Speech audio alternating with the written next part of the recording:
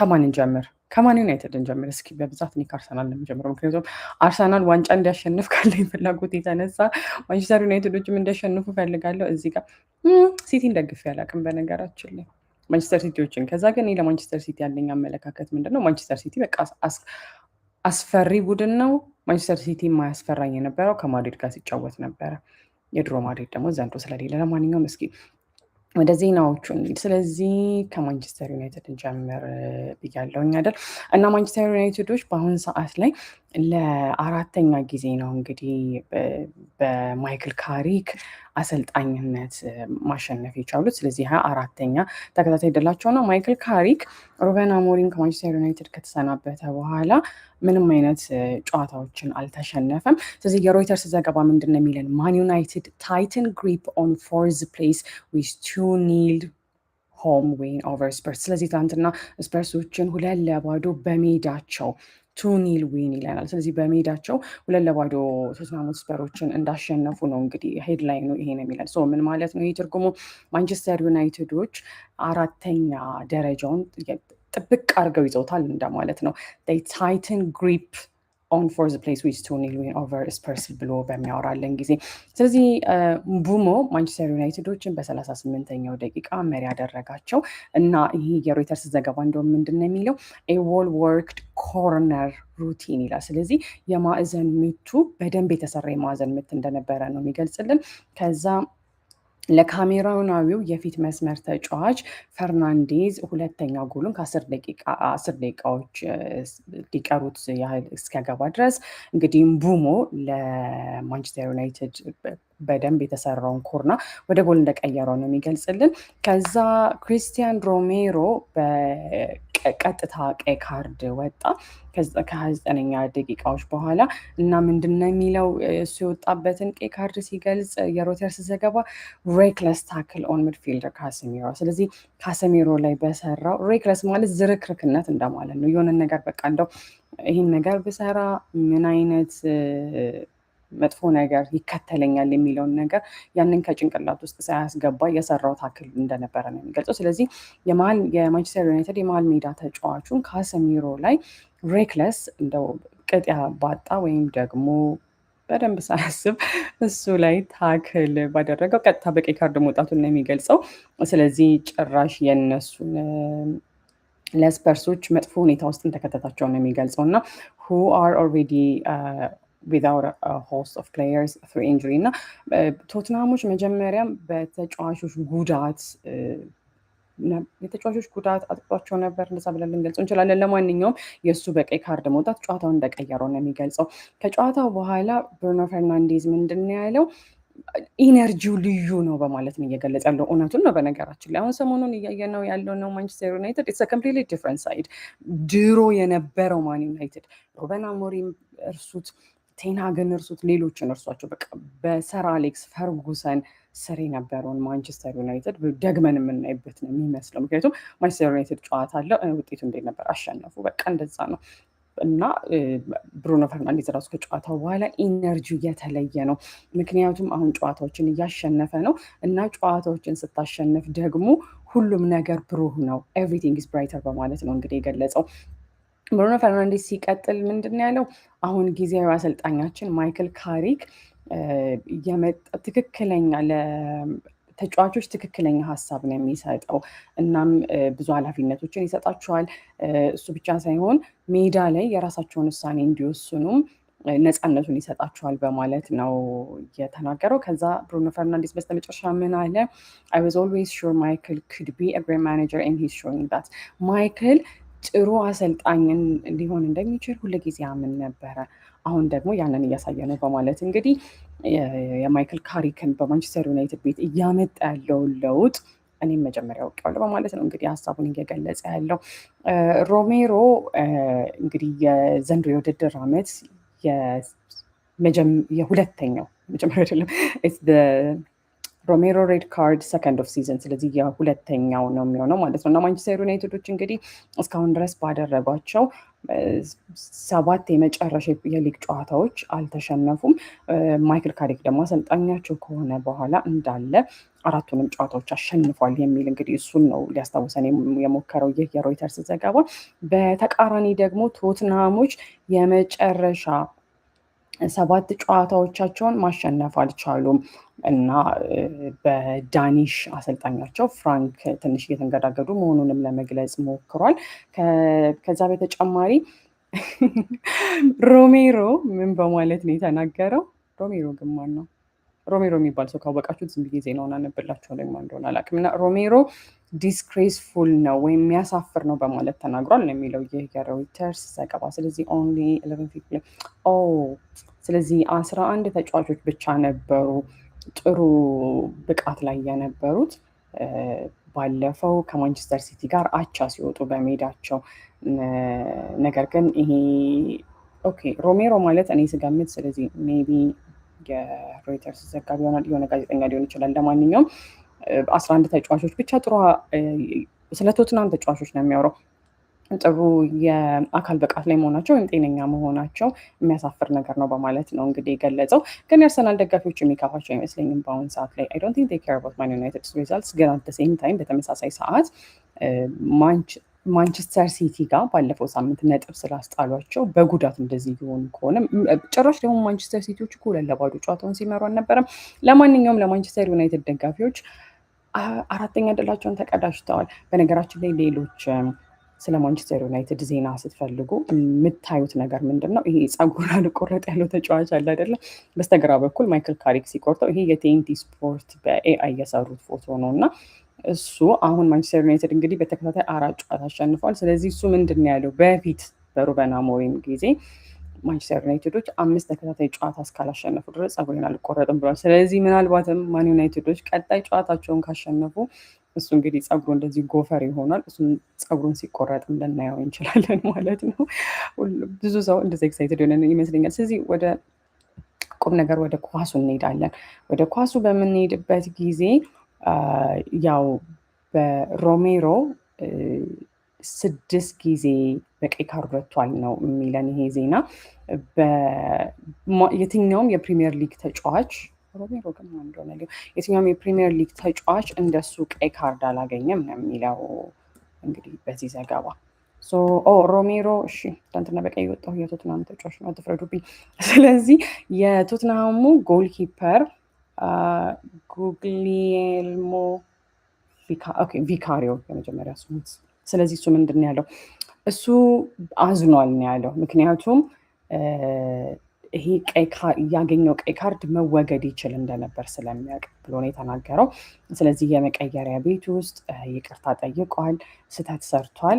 ነገር ግን ምን አይነት ተጫዋች እንደሆነ እናውቃለን።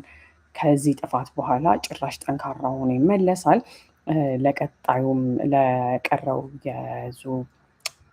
የውድድር ዓመትም ቡድኑን ይረዳል በማለት ነው እንግዲህ ቪካሪዮ ወይም ደግሞ የቶትንሃም በረኛ ሮሜሮን የደገፈው።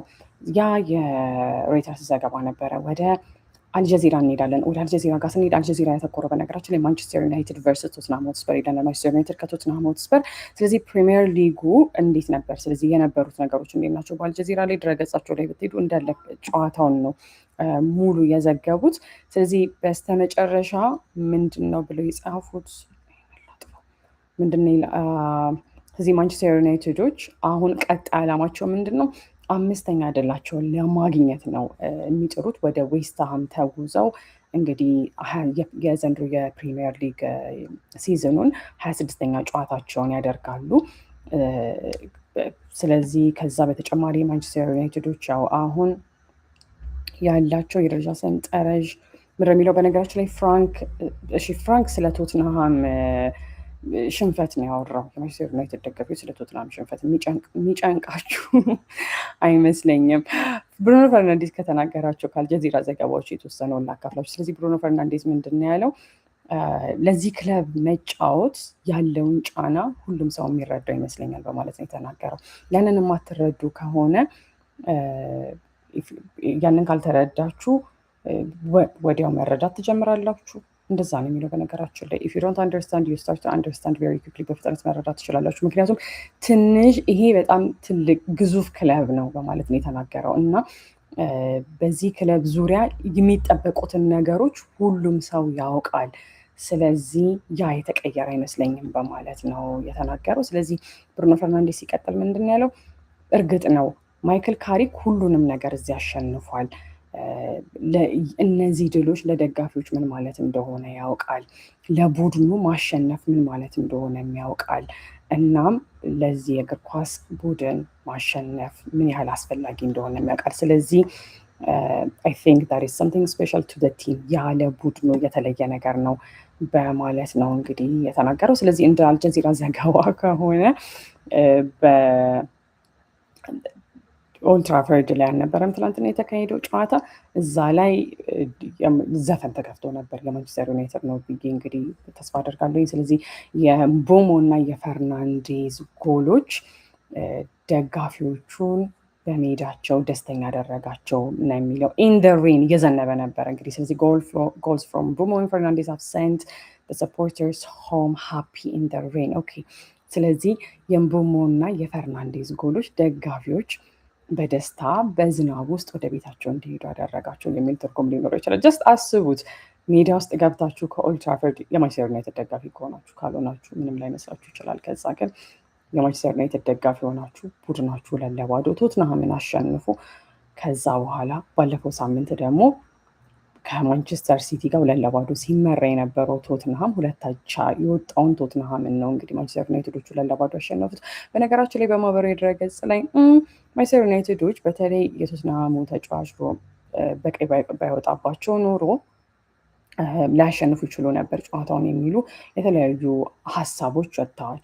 አረረም መረረም ግን ማንቸስተር ዩናይትዶች ያገኙትን አድቫንቴጅ ተጠቅመው አሸንፈው መውጣት ችሏል አይደለ? ስለዚህ ለማንኛውም ጭስ ከኦልድ ትራፎርድ ወጥታችሁ በቃ የድሮ ማንቸስተር ዩናይትድ ተመልሶ በድል ስቴዲየሙ ዘፈን ተከፍቶ ዩናይትድ ማን ዩናይትድ የሚለው ዘፈን መሰለኝ የተከፈቱ። ለማንኛውም ዘንድሮ ወደ ዌምብሊ ባይሄዱም ማንቸስተር ዩናይትዶች አሸንፏል።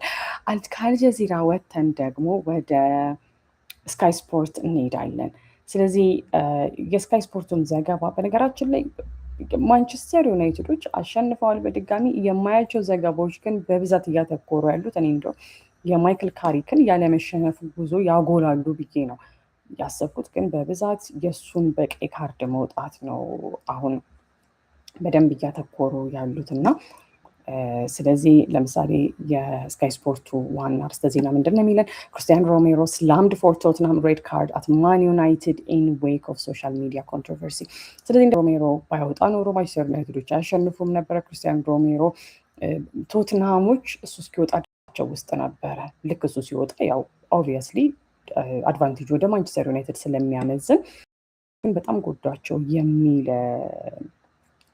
የሚሉ አከራካሪ ሀሳቦች አሉ። ስለዚህ አይ ቲንክ ከበደው የቶትንሃም ካፕቴን ወይም ደግሞ አምበል ስለሆነ ነው። ነገር ግን እሱ ያው ይቅርታ ጠይቋል። እንግዲህ ለማንቸስተር ዩናይትዶች ደግሞ እንኳን ወጣህልን የሚያስብል ይመስለኛል። ጭራሽ በማህበራዊ ድረገጽ ላይ ምን አይነት ዜናዎች ናቸው ያሉት? ቡድኑን ይዞት ገደል ገባ የሚሉ ሀሳቦች ናቸው ያሉት። ሂ ሌት ሂዝ ቲም ዳውን ነው የሚለው እንግዲህ የስካይ ስፖርቱ። ይሄ አርጀንቲናዊው ተጫዋች እንግዲህ ካሰሚሮ ላይ በሰራው ጥፋት በኦልድ ትራፎርድ 29ኛው ደቂቃ ላይ ከሜዳ ሲሰናበት ጭራሽ ማንቸስተር ዩናይትድ አሁን ያለውን ማንቸስተር ዩናይትድን ቡድኑ እንዲጋፈጥ በ10 ተጫዋቾች እንዲጋፈጥ አደረገው ነው የሚለው የስካይ ስፖርት ዘገባ። ስለዚህ ፍራንክ ይቅርታ መጠየቁን ስካይ ስፖርት አረጋግጫለሁ ነው የሚለው። እዚህ ጋር እንግዲህ ፍራንክ ምንድን ያለው? በቃ ቀይ ካርድ ነው ያለው። 5 ጊዜ ደጋግሜ አይቼዋለሁ። አመስዩሚንግ ፍራንክ የቶትናም አሰልጣኝ ነው ብዬ ልገምት። ነገር ግን ላጣራ። ስለዚህ እሱ ቀይ ካርድ ነው ብሏል ነው የሚለን። አዎ ፍራንክ። ስለዚህ ቀይ ካርድ ነው። 5 ጊዜ ደጋግሜ አይቼዋለሁኝ። እሱ ወደ ኳሱን ለመንካት ነበር የሄደው። ስለዚህ በፓሽን ወይም ደግሞ ለኳስ ካለ ፍቅር ጋር ስትጫወት በኃይለኝነትና በፓሽኑ መካከል ጠባብ መስመር ነው ያለችው እንደማለት ነው። ስለዚህ ለጥፋቱ ያመራው እሱ ለኳሱ ካለው ፍቅር በመጫወቱ ነው። ነገር ግን ካሰሚሮ ላይ ያንን ጥፋት ለመስራት ብሎ ሳይሆን ኳሷን ለመንካት ባደረገው ጥረት ነው በቀይ የወጣው በማለት ነው እንግዲህ የገለጸው። ስለዚህ ይሄ የስካይ ስፖርት ዘገባ አሁን ቶትናሞች ትናንትና በማንቸስተር ዩናይትድ ተሸነፉ ሊባል ይችል ይሆናል። ነገር ግን ባለፈው ሳምንት ደግሞ ከሲቲ ጋር አቻ በመውጣታቸው በጣም ተደንቀው በብዙ ሄድላይኖች ወይም ደግሞ በብዙ ሚዲያዎች በደንብ እየተሞገሰ ሲወራ እንደነበረ አስታውሷል። ስለዚህ ያጋጥማል ነው ያለው። ብዙም የሮሜሮ ሁለተኛ የሲዝኑ ሬድ ካርድ ወይም ቀይ ካርድ መሆኑን ነግሬያቸዋለሁ። ይሄ ምን ማለት ነው? ዋው 4 ጨዋታዎችን አይጫወትም፣ 4 ጨዋታዎችን ይታገዳል። ስለዚህ የተለያዩ የዜና ምንጮች የእሱን በቀይ ካርድ መውጣት ከማንቸስተር ዩናይትድ ማሸነፍ በበለጠ ያተኮሩት ለዛ ነው። ስለዚህ ለሰሜን ለንደኑ ደርቢም አይሳተፍም ማለት ነው። ለሰሜን ለንደኑ ደርቢ ሲል ከአርሰናል ጋር ጨዋታ ይኖራቸዋል ማለት ነው። አርሰናል ቼክ ላድርገው እሱን። አርሰናል ቨርስስ ቶትንሃም መቼ ነው ቀጣይ ጨዋታቸው የሚሆነው? ስለዚህ ኦኬ በቶትንሃም ሜዳ አርሰናሎች ፌብሩዋሪ 22 ቶትንሃምን ይገጥማሉ። ስለዚህ በዛ ጨዋታ አይሳተፍም፣ ምክንያቱም የውድድር ዓመቱ ሁለተኛ ቀይ ካርዱ ስለሆነ ከዛም ጨዋታ ሆኗል ማለት ነው። የቀድሞ የስፐርስ ካፕቴን ወይም ደግሞ አምበል ምንድን ነው ያለው? ይሄ በቃ በጣም ለቶማስ ፍራንክ በጣም መጥፎ ዜና ነው ብሎ ነው የገለጸው። ወይም ደግሞ ኢትስ አን አብሶሉት ናይትሜር ቅዠት ብለን ልንተረጉመው እንችላለን። ስለዚህ ቶማስ ፍራንክ አሁን ካለው ጉዳት አንጻር ዲስ ኢዝ ዲዛስተር ፎር ቶማስ ፍራንክ ብሎ ነው የገለጸው። ስለዚህ የሆነ ነገር ዲዛስተር ነው ስንል ነገሮች ከዚህ በላይ ሊብሱ አይችሉም ብለን ልንተረጉማቸው እንችላለን። ስለዚህ ለቶትንሃሙ አሰልጣኝ ጭራሽ ነገሮች የባሱ ናቸው ያሉት የሚል ትርጉም አለው። በነገራችን ላይ ስለ ማንቸስተር ዩናይትድ ማሸነፍ ጥሩ ግስጋሴ ነው ላወራላችሁ የፈለግኩት። ስለዚህ ዋና ዋና ነጥቦች ግን እዚህ ጋር ካስካ ያስኩት ማስታወሻ ላንብብላችሁ። ስለዚህ ማንቸስተር ዩናይትዶች በኦልትራፈርድ ቶትንሃም ሆትስፐርን አስተናግደው 2-0 አሸንፈዋል። በዚህም በፕሪሚየር ሊጉ 4ኛ ደረጃ ላይ ይገኛሉ፣ ወይም ደግሞ 4ኛ ደረጃቸው ላይ ተደላድለው እንደተቀመጡ ነው የሚያወራው። ይህ ማለት ምን ማለት ነው? the result keeps them competitive for Champions League qualification። ስለዚህ ለቻምፒየንስ ሊጉ ኳሊፊኬሽን ወይም ደግሞ ማለፍ ከአዲስ ጋር መውጣት አለባቸው አይደለም፣ ተፎካካሪ እንዲሆኑ አስችሏቸዋል፣ ወይም ደግሞ ተፎካካሪነታቸውን ይዘው እንዲቀጥሉ እንዳደረጋቸው ነው የሚገልጸው። ስለዚህ ሌላኛው ኤፒ ኒውስ ለምሳሌ ያተኮረበት ነገር ምን መሰላችሁ? ሞሜንተም አንደር ካሪክ ነው። ስለዚህ በማይክል ካሪክ እያሸነፉ ነው ማንቸስተር ዩናይትዶች።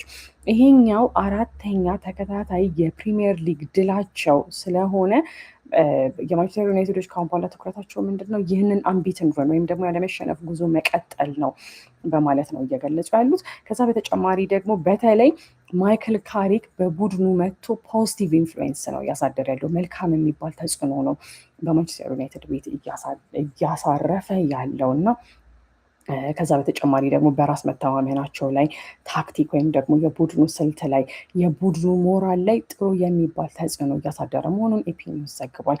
ከዛ በተጨማሪ ስለ ቁልፍ የሚባሉ ፐርፎርማንሶች ወይም ጎሎች እንሄዳለን። ስለዚህ ፕሪሚየር ሊግ .com ብራያን ምቦሞ የመጀመሪያውን ጎል አገባ። የሴት ፒስ ፊኒሽ ብሎታል። እንግዲህ ሴት ፒስ ሲባል አርሰናል ነው የምናስታውሰው። ነገር ግን ትናንትና ልክ ቅድም ሮይተርስ እንደዘገበው ምርጥ በጥሩ ሁኔታ የተሰራውን የማዕዘን ምት ወደ ጎል መቀየር ችሏል። ከዛ በኋላ ደግሞ ብሩኖ ፈርናንዴዝ ሁለተኛውን ጎል ከምቦሞ ቀጥሎ በ81ኛው ደቂቃ ላይ አስቆጥሮ ማንቸስተር ዩናይትዶች ትላንትና 2-0 አሸንፈው እንዲወጡ እንዳስቻላቸው ነው እንግዲህ ፕሪሚየር ሊግ .com የሚገልጸው። ብሩኖ ፈርናንዴዝን በተለይ ለይቶ አውጥቶታል የፕሪሚየር ሊግ ዘገባው ማለት ነው። እሱ ምንድን ነው የሚለው? ብሩኖ ፈርናንዴዝ ያው ከአምበልነቱ በተጨማሪ የእሱ ኮንትሪቢዩሽን ቡድኑ ሲያሸንፍ ያለውን ተጽዕኖ ነው እንግዲህ እዚህ ጋር እያወራ ያለው። ከዛ በተጨማሪ አማድ እና ማቲያስ ኩኒያ ጎሎች በሁለተኛው አጋማሽ ላይ ያስቆጥረው ጎሎች እንደተሻሩባቸው ነው የሚገልጸው። ነገር ግን ማንቸስተር ዩናይትዶች የጨዋታው መደበኛ ሰዓት ሊጠናቀቅ 9 ደቂቃዎች ሲቀሩት ሁለተኛ ጎላቸውን በብሩኖ ፈርናንዴዝ ማግኘታቸውን ነው እዚህ ጋር እየገለጸ ያለው። ስለዚህ ማንቸስተር ዩናይትዶች በአሁን ሰዓት ላይ በ44 ነጥብ 4ኛ ደረጃ ላይ ይገኛሉ ማለት ነው። ስለዚህ በአሁን ሰዓት ላይ ማንቸስተር ዩናይትዶች እና ሊቨርፑሎች አሁን አራተኛ ደረጃውን ይዘው ለመውጣት ምክንያቱም ስፐርሶች ከሶስተኛ ደረጃ የሚወርዱ አይመስለኝም። እንደኔ ግምት አርሰናል ዋንጫውን ቢያሸንፍ ደስ ይለኛል። ሲቲዎች ሁለተኛ ይወጣሉ ብዬ ተስፋ አደርጋለሁ። አስተን ቪላ። ስለዚህ ዘንድሮ ዩናይትድ በስመ አብ አስባችሁታል። አሁን ለሊቨርፑሎች እንደው አምና ፕሪሚየር ሊጉን ቻምፒዮን ሆነው ከዛ በሚቀጥለው ዓመት በቻምፒየንስ ሊጉ የማይታዩ ከሆነ ስለዚህ የማንቸስተር ዩናይትድ ደጋፊዎች ምናልባት ሊቨርፑሎች ሳያሸንፉ ቀርተው ወይም ከአንድ እስከ አራት ሳይወጡ ቀርተው እናንተ ወደ ቻምፒየንስ ሊጉ ልትሄዱ ትችላላችሁ። ምክንያቱም አንድ የፕሪሚየር ሊግ .com ኮንሰርን እሱ ነው። ሊቨርፑሎች ዛሬ ለምሳሌ ማንቸስተር ሲቲ ነው የሚገጥሙት። የአርሰናል ደጋፊዎች ለሊቨርፑል ነው የሚደግፉት ዛሬ። የማንቸስተር ዩናይትድ ደጋፊዎች ደግሞ ለሲቲ ነው የሚደግፉት። ምክንያቱም ሊቨርፑሎች እነሱ እንዲጠጓቸው ስለማይፈልጉ። ስለዚህ ጨዋታ በአጠቃላይ ሲያወራ ሆስትስ ወይም አስተናጋጆቹ ባለሜዳዎቹ ጅማሯቸው ጥሩ ነበረ፣ ጭራሽ ጥሩ ነበር ብሎ ቀጣይ የሚያነሳው ነገር ካሰሚሮ በቪካሪዮ የተሰራበትን ጥፋት ነው።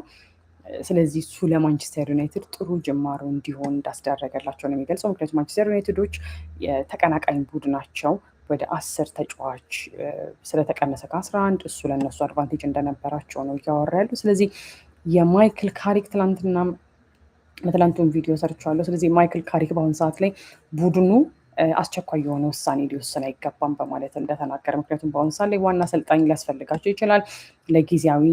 በጊዜያዊነት ነው ማይክል ካሪክ የመጣው። አሁን እያሸነፍን ቢሆንም ስሜታዊ ሆነን ወዲያው ቸኩለን ውሳኔ መወሰን የለብንም የሚል ሀሳብ እንዳመጣ ትናንትናም ስለተናገርኩኝ እሱን መድገም አያስፈልግም በዛሬው ቪዲዮ። ሌላኛው ነገር ሮይተርስ ከዘገበው ነገር አንጻር በድጋሚ እንግዲህ ሌላኛው የሮይተርስ ዘገባ ይቅድሙ አይደለም የካሰሚሮ ላይ የተሰራውን ጥፋት ነው የሚያወራው። ከዛ በተጨማሪ በጣም ብዙ ወቀሳ እንደገጠመው እሱንም ነግሬያችኋለሁ። ሁሉም ተመሳሳይ ነገር ነው የሚያወሩት። በነገራችን ላይ ማንቸስተር ዩናይትዶች 3 ነጥብ ብቻ አይደለም የያዙት ይለናል ሮይተርስ። ዩናይትዶች 3 ነጥብ ብቻ አይደለም የያዙት። አሁን ቶፕ 4 ወይም ደግሞ ከ1 እስከ 4 ለመውጣት የሚደረገውን ግስጋሴ አጥብቀውን የያዙት። ምክንያቱም ያ ግስጋሴ ከ1 እስከ 4 መውጣታቸው ወይም ደግሞ ቶፕ 4ን ሴኪር ማድረጋቸው የቻምፒየንስ ሊግ ኳሊፊኬሽናቸውን ወይም ደግሞ ወደ ቻምፒየንስ ሊግ የቀጣይ ዓመት ተሳትፏቸውን የሚያረጋግጥ ነው በማለት ነው እየገለጸ ያለው። አንዳንድ ሄድላይኖች ወይም ደግሞ አንዳንድ ዜናዎች እንደሚገልጹት ከሆነ ቶትናሞች በአሁኑ ሰዓት ላይ በተለይ በፕሪሚየር ሊጉ ጥሩ የማይባል ዓመትን እያሳለፉ እንደሆነ ወይም ደግሞ ስትራግል እያደረጉ እንደሆነ ነው እዚህ ጋር የሚገልጽልን። ስለዚህ ፕሌየርስ ሬቲንግ፣ ስለዚህ አጠቃላይ ያለው ነገር ምንድን ነው? ፕሌየርስ የተጫዋቾችን ሬቲንግ ባገኝላችሁ በጣም ደስ ይለኛል። አንዴ ብዙ ጊዜ ጎል.com ነው ፕሌየርስ ሬቲንግን የሚያወጣው። ስለዚህ ተጫዋቾቹን ምን አደረጋቸው፣ ምን አይነት ቁጥር ሰጣቸው የማንቸስተር ዩናይትድ ተጫዋቾችን ፕሌየር ሬቲንግ እሱን እነግራቸዋለሁ ማለት ነው። ስለዚህ ከተከላካይ ነው የሚጀምረው ሙሉ ተጫዋቾቹ እንዴት ነበሩ የሚለውን። ስለዚህ ጎል.com ሌሊት ባወጣው ዘገባ ማን ዩናይትድ ፕሌየር ሬቲንግስ ቨርሰስ ቶትናም ይላል። ስለዚህ ከቶትናም ጋር በነበራቸው ጨዋታ የተጫዋቾቹ ሬቲንግ ምን ይመስላል? ስለዚህ ጓዶች ነው የሚለው ይህ ዘገባ። ያለፉት 7 ጨዋታዎች ሲገጥሟቸው ቶትናምን ማሸነፍ አቅቷቸው ነበር ብሎ እንግዲህ ሊያስታውሰን የሞከረው። ምክንያቱም ቶትናሞች አሁን እየተንገዳገዱ ሊሆን ይችላል። ማንቸስተር ዩናይትዶች ሰሞኑን እያሸነፉ ስለሆነ ለማንቸስተር ዩናይትዶች ቀላል ድል ሊመስል ይችላል። ነገር ግን ጎል.com ይህንን የጻፈው ጽሁፍ ለማንኛውም የጎል.com ጋዜጠኛ ነው የጻፈው እና ምንድነው ያለው? ምንም ቢሆን ምንም ኢትስ ስቲል ቶትናምን የገጠሙት ማንቸስተር ዩናይትዶች ላለፉት 7 ጨዋታዎች የመጨረሻ 7 ጨዋታዎች ቶትናሞችን ማሸነፍ ተስኗቸው ነበረ። ነገር ግን አሁን በሚገባቸው ወይም ዲዘርቭ በሚያደርጉት መልኩ 4ኛ ደረጃቸውን በፕሪሚየር ሊጉ አስጠብቀው ለመቆየት 2-0 ማሸነፍ ችለዋል በማለት ነው የገለጸው። ስለዚህ ይሄ በተከታታይ የማይክል ካሪክ 4ኛ ድሉ መሆኑን ነው የሚገልጸው። ከዛ በተጨማሪ ያው ጨዋታው ከመጀመሩ በፊት በሙኒክ ኤር ክራሽ ለሞቱት ሰዎች የነሱ መታሰቢያ አድርገው ነበረ ማንቸስተር ዩናይትዶች። ይሄ የዛ ዲዛስተር ወይም ደግሞ የዛ አደጋ 68ኛ ዓመት መሆኑን ነው ያስታወሱት። ከዛ በተጨማሪ በመጀመሪያው አጋማሽ ላይ ማቲያስ ኩኒያ፣ ብሩኖ ፈርናንዴዝ፣ ብራያን ምቦሞ እና ካሰሚሮ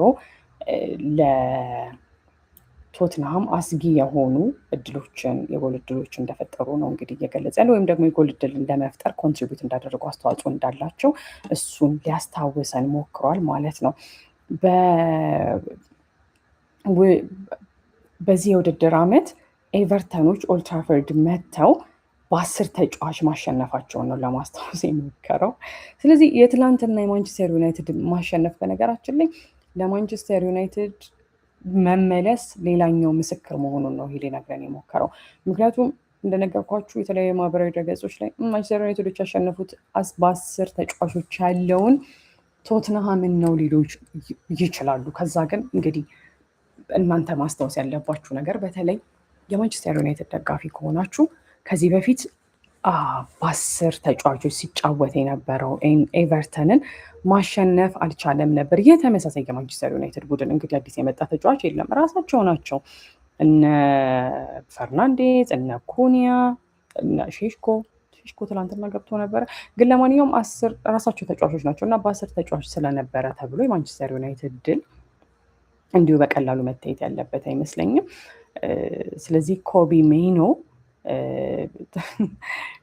ሜይኖ ራሱ ትላንትና በጣም ጥሩ የሚባል ስራ ሰርቶ እንደነበረ ነው እዚህ ጋር ኤክስፕሌን እያደረገ ያለው። ከእናንተ እኩል ስለማነበው ትንሽ እንትን ይለኛል። ስለዚህ ወደ ፕሌየር ሬቲንግ እንሄዳለን። ከተከላካይ መስመር እና ከበረኛ ነው የምንጀምረው። ስለዚህ ላሜንስ 6 ከ10 ሰጥተውታል። 6 ከ10 የሰጡበት ምክንያት ምንድን ነው ያሉት? ከኮነር ጋላገር ኳሱን ተቀብሎ የመጣለትን ኳስ ተቀብሎ ኳሱን ኪክ ሲያደርገው ወይም ደግሞ ሲመታው ትንሽ ነርቨስ ነበረ ወይም አልተረጋጋም ነበር ነው የሚለው እንግዲህ የሪፖርት። ስለዚህ 6 ከ10 የማንቸስተር ዩናይትዱ በረኛ የተሰጠበት ምክንያት ያ ነው። ነገር ግን ይላል ከዛ ውጪ በራስ መተማመን ነበር ወይም ኮንፊደንስ ነበረው በማለት ነው የገለጸው። የሚመጡ ኳሶችን በደንብ በመመለስ እና ከጋላገር እግርም የሚመጡትን ሙከራዎች በደንብ በመመለስ ብሏል። ስለዚህ ያቺ ቅጽበት 6 ከ10 አሰጥተዋለች። ዲያጎ ዳሎ ጋር እንሄዳለን። ዲያጎ ዳሎ ደግሞ በአጠቃላይ የትላንቱ ፐርፎርማንሱ ጠንካራ የሚባል ነው። በደንብ ነበር ሲከላከል የነበረው። ከፊት መስመሩን ጋር በጥሩ ቅንጅት ሲጫወት እንደነበረ ነው እየገለጸ ያለው። እሱ ብቻ ሳይሆን ፓፔ ማታር ሳር እሱ ላይ ጥሩ ጠቃሚ ታክል ገብቷል። ከዛ በተጨማሪ ደግሞ ለኩኒያ ጥሩ ኳስ አመሻሽቶ ሰጥቶታል። ያ ለኩኒያ ያቀበለው ኳስ ለጥቂት ገብቶ ነበር ነው እያለ የገለጸው። ስለዚህ ጥሩ የሚባለው የዲያጎ ዳሎ ጥሩ የሚባለው ፐርፎርማንሱ ላይ ለመጨመር ደግሞ ምንድን ያደረገው ለፈርናንዴዝም ኳሱን አቀብሎታል በማለት ነው የገለጸው። ስለዚህ ዲያጎ ዳሎ ከኋላ መስመር ከተጫወቱ የማንቸስተር ዩናይትድ ተጫዋቾች ከፍተኛውን ነጥብ ያገኙት ነው። ወደ ሃሪ ማጓየር እንሄዳለን። ወደ ሃሪ ማጓየር ስንሄድ እንግዲህ ዣቪ ሲመንስ ብዙ ጥያቄዎችን ሃሪ ማጓየር ላይ አንስቷል በማለት ነው የገለጸው። እነዚ ያነሳቸው ጥያቄዎች ምን የሆኑ ወንደር። ስለዚህ ምናልባትም በሚቀጥለው ቪዲዮ ላይ አሁን ዣቪ ሲመንስ እሱ ላይ ብዙ ጥያቄዎች አስነስቷል ብሏል አይደለ? ስለዚህ እነዛ ጥያቄዎች ምን እንደነበሩ መረጃውን ማገኘ ከሆነ ከእናንተ ጋር አካፍላችኋለሁኝ። ለማንኛውም እንደ ዲያጎ ዳሎ ሳይሆን ዲያጎ ዳሎ ትናንትና በጣም በማንቸስተር ዩናይትድ ቤት ጠቃሚ የነበረ ተጫዋች ነው ብሎ ነው እንግዲህ ጎል.ኮም እየዘገበልን ያለው እና ትናንትና ሃሪ ማጓየር ጉዳት ሳይደርስበት ነው የወጣው ብሎ ነው እንግዲህ እየዘገበው። ወደ ሊሳንድሮ ማርቲኔዝ እንሄዳለን። ሊሳንድሮ ማርቲኔዝ 6 ከ10 ነው የተሰጠው። ሊሳንድሮ ማርቲኔዝ በነገራችን በጣም ደስ የሚል ተከላካይ ነው። በቃ የሆነ አንጀት አርስ በተለይ አንዳንዴ አለው የሆኑ ጨዋታዎች ላይ በቃ ደስ በሚል ሁኔታ ነው የሚከላከለው። ለማንኛውም እሱን 6 ከ10 ሰጥተውታል። ትላንትና ልክ ተጫዋቾቹ እግር ስር ነበረ ኳሶቹን ፓስ ሲያደርግ የነበረው በቃ ኢላማቸውን በጠበቀ መልኩ እንደተለመደው ነው የሚለው። ምክንያቱም ሊሳንድሮ ማርቲኔዝ በጣም ነው ደስ የሚለው እንደነገርኳችሁ እና ትላንትና በተከላካይ መስመሩ ላይ ያው የራሱን አስተዋጽኦ አድርጓል በማለት ነው የገለጸው። 6-10 የተሰጠበት ምክንያት ምንድን ነው? ይኸውና apart from one moment when he lost the ball in his own half በራሱ የግማሽ ክልል ወይም ደግሞ በራሱ የሜዳ ክልል ላይ ኳሱን አንዴ ተቀምቷል ወይም ደግሞ ኳሱን አጥቷል። ስለዚህ ለዛ ነው 6-10 የሰጡት ጎል.ኮሞች። ወደ ሉክሻ ስንሄድ ሉክሻን በድጋሚ 6-10 ነው ያገኘው። በተከላካይ መስመሩና በፊት መስመሩ ላይ ጥሩ የሚባል ፐርፎርማንስ ወይም ሶሊድ ፐርፎርማንስ እንደነበረው ነው የሚገልጸው። ከዛ በተጨማሪ ደግሞ ጋላጋር ላይም ጥፋት ሰርቶ ነበረ፣ ወዲያው ግን አክት አድርጓል። እናም ላሜንስ ደግሞ ኳሶቹን ዝም ብሎ ፓስ ሲያደርግ የእሱንም ስህተት ለማረም ሞክሯል ነው ያለው። ስለዚህ ላሜንስን ትላንት ትንሽ አጥፎታል። ስለዚህ 6-10 ነው ያገኘው። ወደ መሀል ሜዳው እንሄዳለን። መሀል ሜዳው ላይ ስንሄድ ኮቢ ሜኖ ነበረ በማንቸስተር ዩናይትድ 8-10 ነው የተሰጠው። ኮቢ ሜኖ በነገራችን በጣም ደስ የሚል ተጫዋች ነው። ስለዚህ ወደ ዝርዝሩ እንሄዳለን። በሩበን አሞሪም ጊዜ ኮቢ ሜኖ ጥሩ አቋም ላይ መሆን አልቻለም፣ ወይም ደግሞ ከቡድኑ ጋር መጣጣም ያልቻለው ኮቢ ሜኖ የመሃል ሜዳ ተጫዋች ትላንትና ሌላ ኤክሰለንት በጣም ምርጥ የሚባል አቋም ላይ ወይም ደግሞ ጥሩ የሚባል ዲስፕሌይ እንደነበረው ነው የሚገልጸው። ስለዚህ ዲስፕሌይ ሲለን ያው እኛ በቴሌቪዥን መስኮታችን አይደል የተመለከትነው። ስለዚህ ትላንትና ኮቢ ሜኖ ጥሩ የሚባል አቋም እንደነበረው ነው የገለጸው። የመጀመሪያው ጎል ሲገባ ጣፋጭ በሆነ መልኩ ጥሩ ኮንትሪቢዩሽን ወይም ደግሞ የራሱን አስተዋጽኦ እንዳበረከተ ነው የሚገልጸው። ለማንቸስተር ዩናይትድ ተጫዋቾች በተረጋጋ መልኩ ኳሱን ፓስ እንዳደረገ ወይም ደግሞ ኳሱን እያሻገረላቸው እንደነበረ ነው የገለጸው። በተለይም ቶትንሃሞች ጫና ሊያሳድሩ ሲሞክሩ የኮቢ ሜኖ መረጋጋቱ ሳይጠፋ ከዛ በተጨማሪ ደግሞ ውጤታማ በሆነ መልኩ ጎሎችን ኳሶችን ለቡድን አጋሮቹ ሲያቀብል እንደነበረ ነው የገለጸው። ስለዚህ የትላንቱ ፐርፎርማንሱን 8-10 ሰጥተውታል። ወደ ካሰሚሮ እንሄዳለን። ካሰሚሮ 7-10 ነው የተሰጠው። ካሰሚሮ እንደውም ለማንቸስተር ዩናይትድ ድል ሲባል 10-10 ሊሰጠው ይገባል። ምክንያቱም ሌሎች ሰዎች ማንቸስተር ዩናይትዶች ያሸነፉት በ10 ተጫዋች ነው እኮ የሚሉት ደስ እንዲላቸው ያህል። ስለዚህ ካሰሚሮ ከፉልሃም ጋር የነበረውን ጥሩ አቋም ይዞ ነው የመጣው ነው የሚለው የዘገባ picked up where he left off against ፉልሃም ነው የሚለው። ስለዚህ ትላንትና ቀጥታ ለጎሎች አስተዋጽኦ ባያደርግም የእሱ መኖር ብቻ ለትላንትናው የማንቸስተር ዩናይትድ ድል መሰረት ነበር በማለት ነው የገለጸው። ሂዝ ፓወርፉል ፕሬዘንስ የምንለው እንደው ግርማ ሞገሱ አለ አይደል? እሱ ሜዳ ውስጥ መኖሩ ብቻ ማንቸስተር ዩናይትዶች ትላንትና አሸንፈው እንዲወጡ የካሰሚሮ መኖር መሰረት እንደሆነ ፋውንዴሽን እንደነበረ ነው እንግዲህ ጎል.ኮም እየዘገበልን ያለው። ወደ ብሩኖ ፈርናንዴዝ እንሄዳለን። ሁለተኛውን ጎል ለማንቸስተር ዩናይትድ በ81ኛው ደቂቃ ላይ ያስቆጠረው ተጫዋቻቸው የማንቸስተር ዩናይትድ ኢንጂን ነው የሚለው የማንቸስተር ዩናይትድ ሞተር እንደማለት ነው። እንደተለመደው ብሩኖ ፈርናንዴዝ ትላንትና የማንቸስተር ዩናይትድ ሞተር ነበር በማለት ነው የሚገልጸው። በመጀመሪያው አጋማሽ ላይ ጎል ያላገባው እድለቢስ ሆኖ ነው እያለ ነው የሚገልጸው። ነገር ግን የማስተር ማይንድ የኦፕኒንግ ጎል ለመጀመሪያው እምቡሞ ላስቆጠረው ጎል ቁልፍ ሚና እንደነበረው ነው እየገለጸ ያለው። ከዛ በተጨማሪ ደግሞ በቡድኑ የትላንትና የማጥቃት ሂደት ላይ ቁልፍ ሚና ወይም ደግሞ የማንቸስተር ዩናይትድ የትላንትናው የማጥቃት ሂደት ላይ ልባቸው ነበር እያለ ነው። ስለዚህ ሰውነታችን ላይ ልባችን ቁልፍ ሚና አይደለም የሚጫወተው በህይወት ስለመቆየታችን።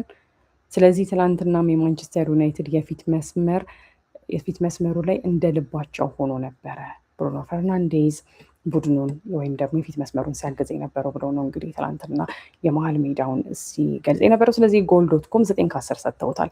ወደፊት መስመሩ እንሄዳለን። አማድ ዲያሎ የፊት መስመሩ ላይ በነገራችን ላይ ከፍተኛ ነጥብ ያገኘው ማን ይመስላችኋል? ከተወሰኑ ደቂቃዎች በኋላ ስለምነግራችሁ ነው። ስለዚህ አማድ ዲያሎ 7-10 ተሰጥቶታል።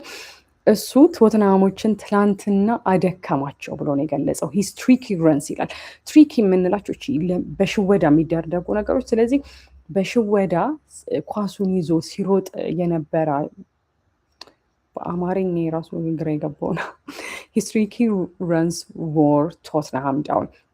ስለዚህ እየሸወደ ኳሱን ይዞ የሮጠባቸው ጊዜያት ቶትንሃሞችን ያደከመባቸው ወቅቶች እንደነበሩ ነው የሚገልጸው። ትላንትና ደግሞ የተከላካይ መስመሩን ለማገዝ አማድ ዲያሎ በጣም ጠንክሮ ሲሰራም እንደነበር ነው አሁን የገለጹት ማለት ነው። ስለዚህ አማድ ዲያሎ ትላንትና በጎል.ኮም 7/10 ተሰጥቶታል። ፐርፎርማንሱ ወደ ብራያን ምቡሞ እንሄዳለን። ብራያን ምቡሞ ካሰሚሮን የእሱ ፓወርፉል ፕሬዘንስ ብለው ነው የገለጹት አይደለ? የእሱ ግርማ ሞገስ መኖር ራሱ ማንቸስተር ዩናይትዶች እንዲያሸንፉ ረድቷቸዋል። ያው ካሰሚሮ ታላቅ ተጫዋች መሆኑን መርሳት የለብንም። ከዛ ግን ብራያን ምቡሞ በቃ ኳስ ሲይዝ ሜዳ ውስጥ ስናየው ራሱ ሌላ ማንቸስተር ዩናይትድ ቤት ግርማ ሞገስ ያለው ተጫዋች ነው ባይነኝ እኔ በቴሌቪዥን መስኮት ሲያዩ። ስለዚህ እሱ 8/10 ተሰጥቶታል። እናም ትላንትና ለቶትናሞች ከብዷቸው ነበር። ትላንትና ከሰዓት ለቶትናሞች ከብዷቸው ነበረ በእንቅስቃሴው ምክንያት በማለት ነው የገለጸው። እና ማይክል ካሪክ እንግዲህ በማንቸስተር ዩናይትድ ቤት ከመጣ 4 ጨዋታዎችን ያደረገው በማይክል ካሪክ አመራር ብራያን ምቡሞ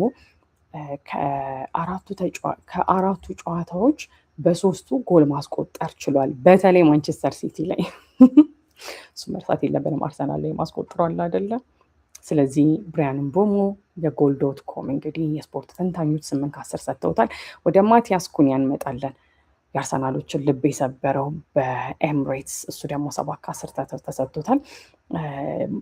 ማቲያስ ኩኒያ ትላንትና ለማግባት ለጥቂት ተቃርቦ ነበረ። ከዛ ግን ትላንትና ከብሩኖ ፈርናንዴዝ እና ከብራያን ምቡሞ ጋር አንድ ላይ በቅንጅት የሰራው ስራ በጣም የሚያስደስት እንደሆነ ነው የዘገቡት። ስለዚህ የፊት መስመሩን ማቲያስ ኩኒያ 7/10 አግኝቷል ማለት ነው። ስለዚህ ሌሎች ከትላንትናው የማንቸስተር ዩናይትድ ድል በኋላ ያሉት ነገሮች ምንድን ናቸው? ደጋፊዎች በጣም ደስተኛ ናቸው በአሁኑ ሰዓት ላይ።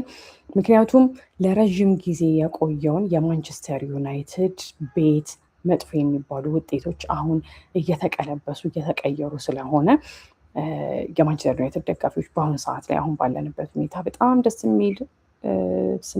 የሚል ሁኔታ ውስጥ ናቸው ያሉት። እሱ ብቻ ሳይሆን ሌላኛው ነገር ደግሞ እንግዲህ ክርክር እያስነሳ ያለው ወይም ደጋፊዎች እና የስፖርት ተንታኞች እየተከራከሩበት ያለው ነገር ምንድን ነው? የማይክል ካሪክ የጊዜያዊው አሰልጣኛቸው የማይክል ካሪክ የወደፊት ቆይታን ነው። ስለዚህ የወደፊት ቆይታው በዚሁ የሚቀጥል ከሆነ በቃ ማንቸስተር ዩናይትዶች ጅል ናቸው እንዴ ማይክል ካሪክን የሚቀይሩት የሚሉ ሀሳቦች ናቸው እንግዲህ እየተነሱ ያሉት። ስለዚህ there are debates about Carrick's potential future beyond interim status።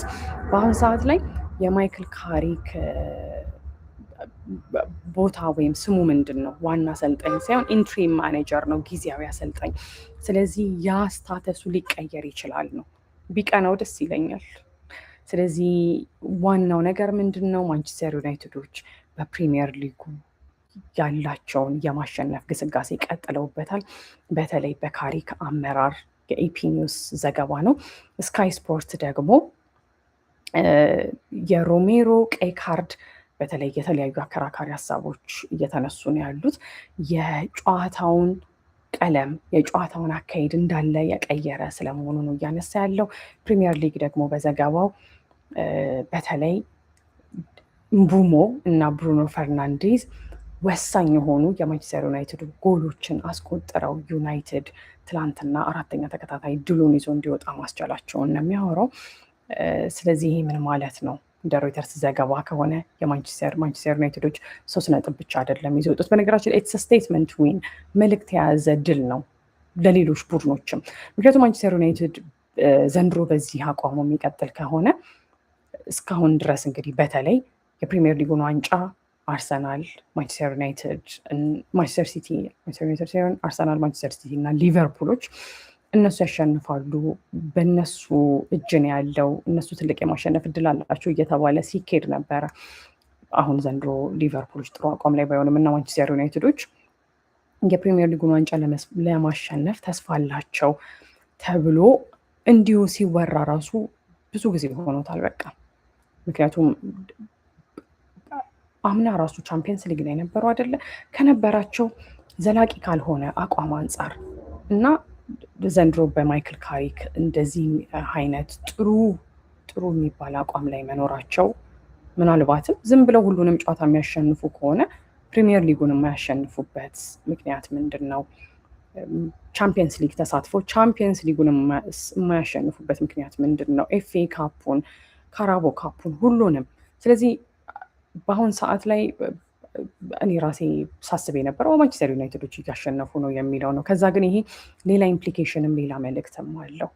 በሚቀጥለው የውድድር ዓመት አርሰናሎች ሁለተኛ ደረጃን ራሱ ለማግኘት ምክንያቱም ሁለተኛ ደረጃ የአርሰናል ነው የሚመስለው ዘንድሮ ፕሪሚየር ሊጉን እስካላሸነፉ ድረስ። ስለዚህ ማንቸስተር ዩናይትዶች ሳይመጡ እንደውም ዘንድሮ አስተን ቪላዎች ራሳቸውን ተደዳድረው ሶስተኛ ደረጃ ላይ አይደል ያሉት።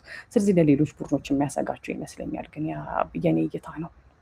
ምክንያቱም የሰር አሌክስ ፈርጉሰኑ ዩናይትድ የሚመለስ ከሆነ ለማንቸስተር ዩናይትዶች ቀላል የሚሆንላቸው ይመስለኛል። ምክንያቱም ማንቸስተር ዩናይትድ ስሙ ሲጠራ ራሱ ማንቸስተር ዩናይትድ ነው። ሌላ ማብራሪያ ራሱ ያስፈልገው። የቅርብ ዓመታትን መንገዳገዱን አይደለም ማየት ያለብን። ምክንያቱም ማንቸስተር ዩናይትድ ከሆነ ጊዜ በፊት የሰራሁት ቪዲዮ ነበር እና በቫሉዌሽን ራሱ ቡድኑ በሚያወጣው ዋጋ ራሱ ከሪያል ማድሪድ ጋር የማይተናነስ ነበረ። ስለዚህ እኔ ጭራሽ የዘንድሮን የውድድር ዓመት ከ1-4 በዚህ ከቀጠሉ ከ1-4 ይወጣሉ። በቃ ለሊቨርፑሎች ልብ የሚሰብር ነው የሚሆነው። አላለቀም፣ ገና ጥቂት ወራቶች ይቀሩታል። ግን ዝም ብለው የሚያሸንፉ ከሆነ ለምን አይሆንም? ምክንያቱም ማንቸስተር ሲቲን 2-0፣ አርሰናልን 3-2 ከሜዳቸው ውጪ፣ ፉላምን በኦልትራፈርድ 3-2፣ ትላንትና ቶትናምን ድጋሚ በኦልትራፈርድ 2-0 ነው ያሸነፉት። አሸንፈዋል። አሁን ከዚህ በፊት በማንቸስተር ዩናይትድ ቤት ታይቶ የማይታወቅ ነገር እሱ ነው። ማንቸስተር ዩናይትዶች ማሸነፍ አልቻሉም ነበር፣ አሁን እያሸነፉ ነው። ስለዚህ በቀጣይ ዓመት አስፈሪ የማይሆኑበት አሁን ደግሞ ጭራሽ ሊቨርፑሎችን ጭንቀት ውስጥ የማይከቱበት ምክንያት ያለ አይመስለኝም። በቃ ስለዚህ እስኪ ተመልሰን የምናየው ነው የሚሆነው። በነገራችን ላይ ማንቸስተር ዩናይትዶች አቋማቸው ጥሩ አይደለም ተብሎ ሊገለጽ ይችላል። አሁን 2026 ላይ ነን ያለ ነው እና በፈረንጆች አቆጣጠር 2024 ላይ የኤፍኤ ካፑንም ዋንጫ አንስተዋል። ስለዚህ 2024 ላይ የኤፍኤ ካፑን ዋንጫ አንስተዋል። አምና ደግሞ ያሸነፉት ክሪስታል ፓላሶች ነበሩ። ስለዚህ ማንቸስተር ዩናይትዶች እንደው ጥሩ የማይባል አቋም ላይ ሆነው ራሱ ዋንጫም እያሸነፉ ነው ብለንም ልንይዘው እንችላለን። ስለዚህ በበኩሌ እኔ ለማንቸስተር ዩናይትድ በጣም ደስተኛ ነኝ በማሸነፋቸው። የትላንቱ ድላቸው የሊጉ 4ኛ ተከታታይ ድላቸው ሆኗል። ይሄ በማንቸስተር ዩናይትድ ቤት እውን ቢያንስ በቅርቡ እውን ይሆናል ብሎ ያሰበ ሰው አይመስለኝም። ግን ያው ሁሉንም የሚያስደስት የሁሉንም እንጀት የሚያርስ ነው።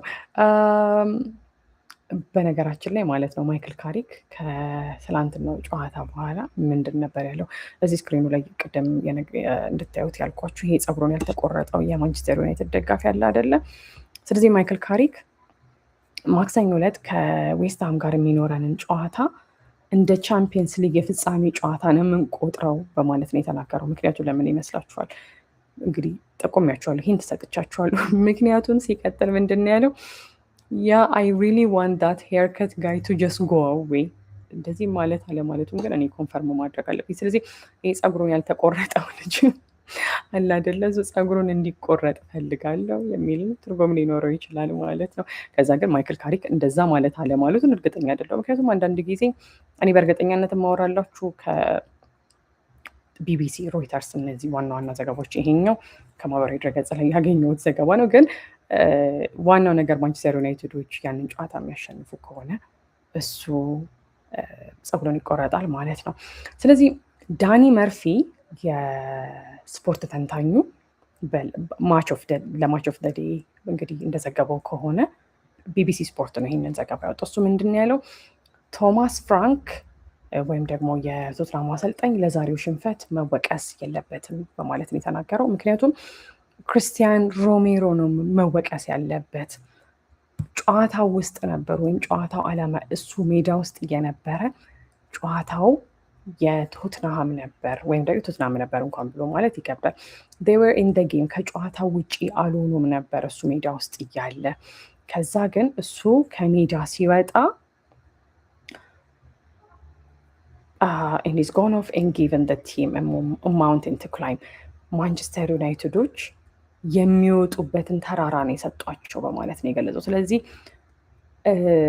ክርስቲያን ሮሜሮ በቀይ ካርድ መውጣቱ ለማንቸስተር ዩናይትዶች ነገሮችን እንዳቀለለላቸው ነው እንግዲህ እየገለጸ ያለው።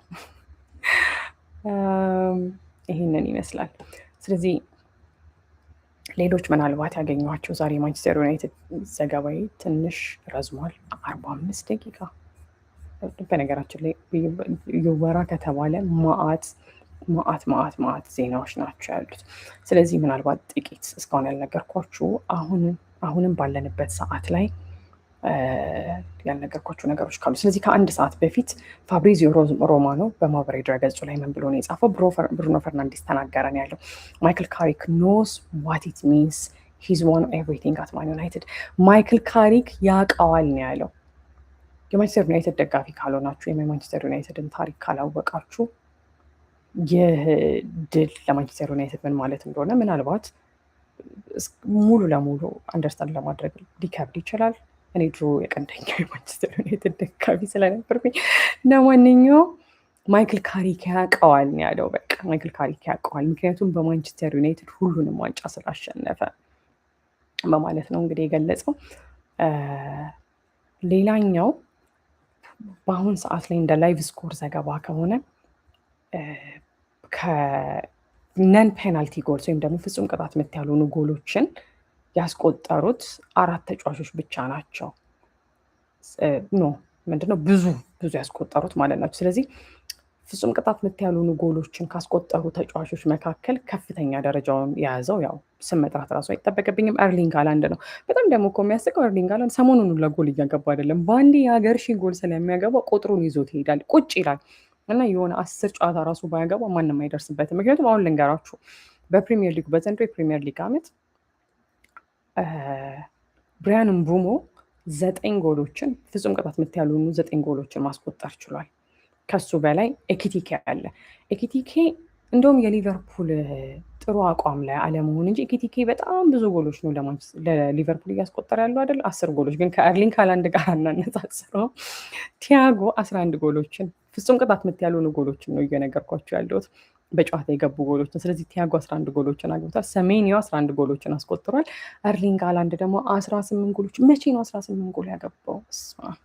ለማንኛውም ኤርሊንግ ሃላንድ 18 ጎሎችን። ስለዚህ እነዚህ ተጫዋቾች በሙሉ ፍጹም ቅጣት ምት ያልሆኑ ጎሎችን በዘንድሮ የውድድር ዓመት በፕሪሚየር ሊጉ ያስቆጠሯቸው ቁጥሮች ናቸው። ስለዚህ የማንቸስተር ዩናይትድን ዜና ልጨርስላችሁ። እሺ፣ በነገራችን ላይ ሌላኛው ዜና ማንቸስተር ዩናይትዶች እንግዲህ ማክሰኞ ጨዋታ አላቸው አይደለ? እና ይሄ ፀጉሬን አልቆረጥም ያለው የማንቸስተር ዩናይትድ ደጋፊ ፀጉሩን ለመቆረጥ ቀጠሮ አስይዟል። በቃ ማንቸስተር ዩናይትዶች ያሸንፋሉ በማለት ማለት ነው። እንደ ሲቢኤስ ስፖርትስ ጎላዞ ዘገባ ከሆነ እሱ he has reportedly booked an appointment for Tuesday ለማክሰኞ ቀጠሮ ይዟል for his first haircut over a year። ማንቸስተር ዩናይትዶች በነገራችን ላይ ከአንድ ዓመት በላይ ለሚደርስ ጊዜ በተከታታይ 5 ጨዋታዎችን ማሸነፍ አልቻሉም ነበረ። ስለዚህ ማንቸስተር ዩናይትዶች ማክሰኞ ዕለት ዌስትሃምን ይገጥማሉ።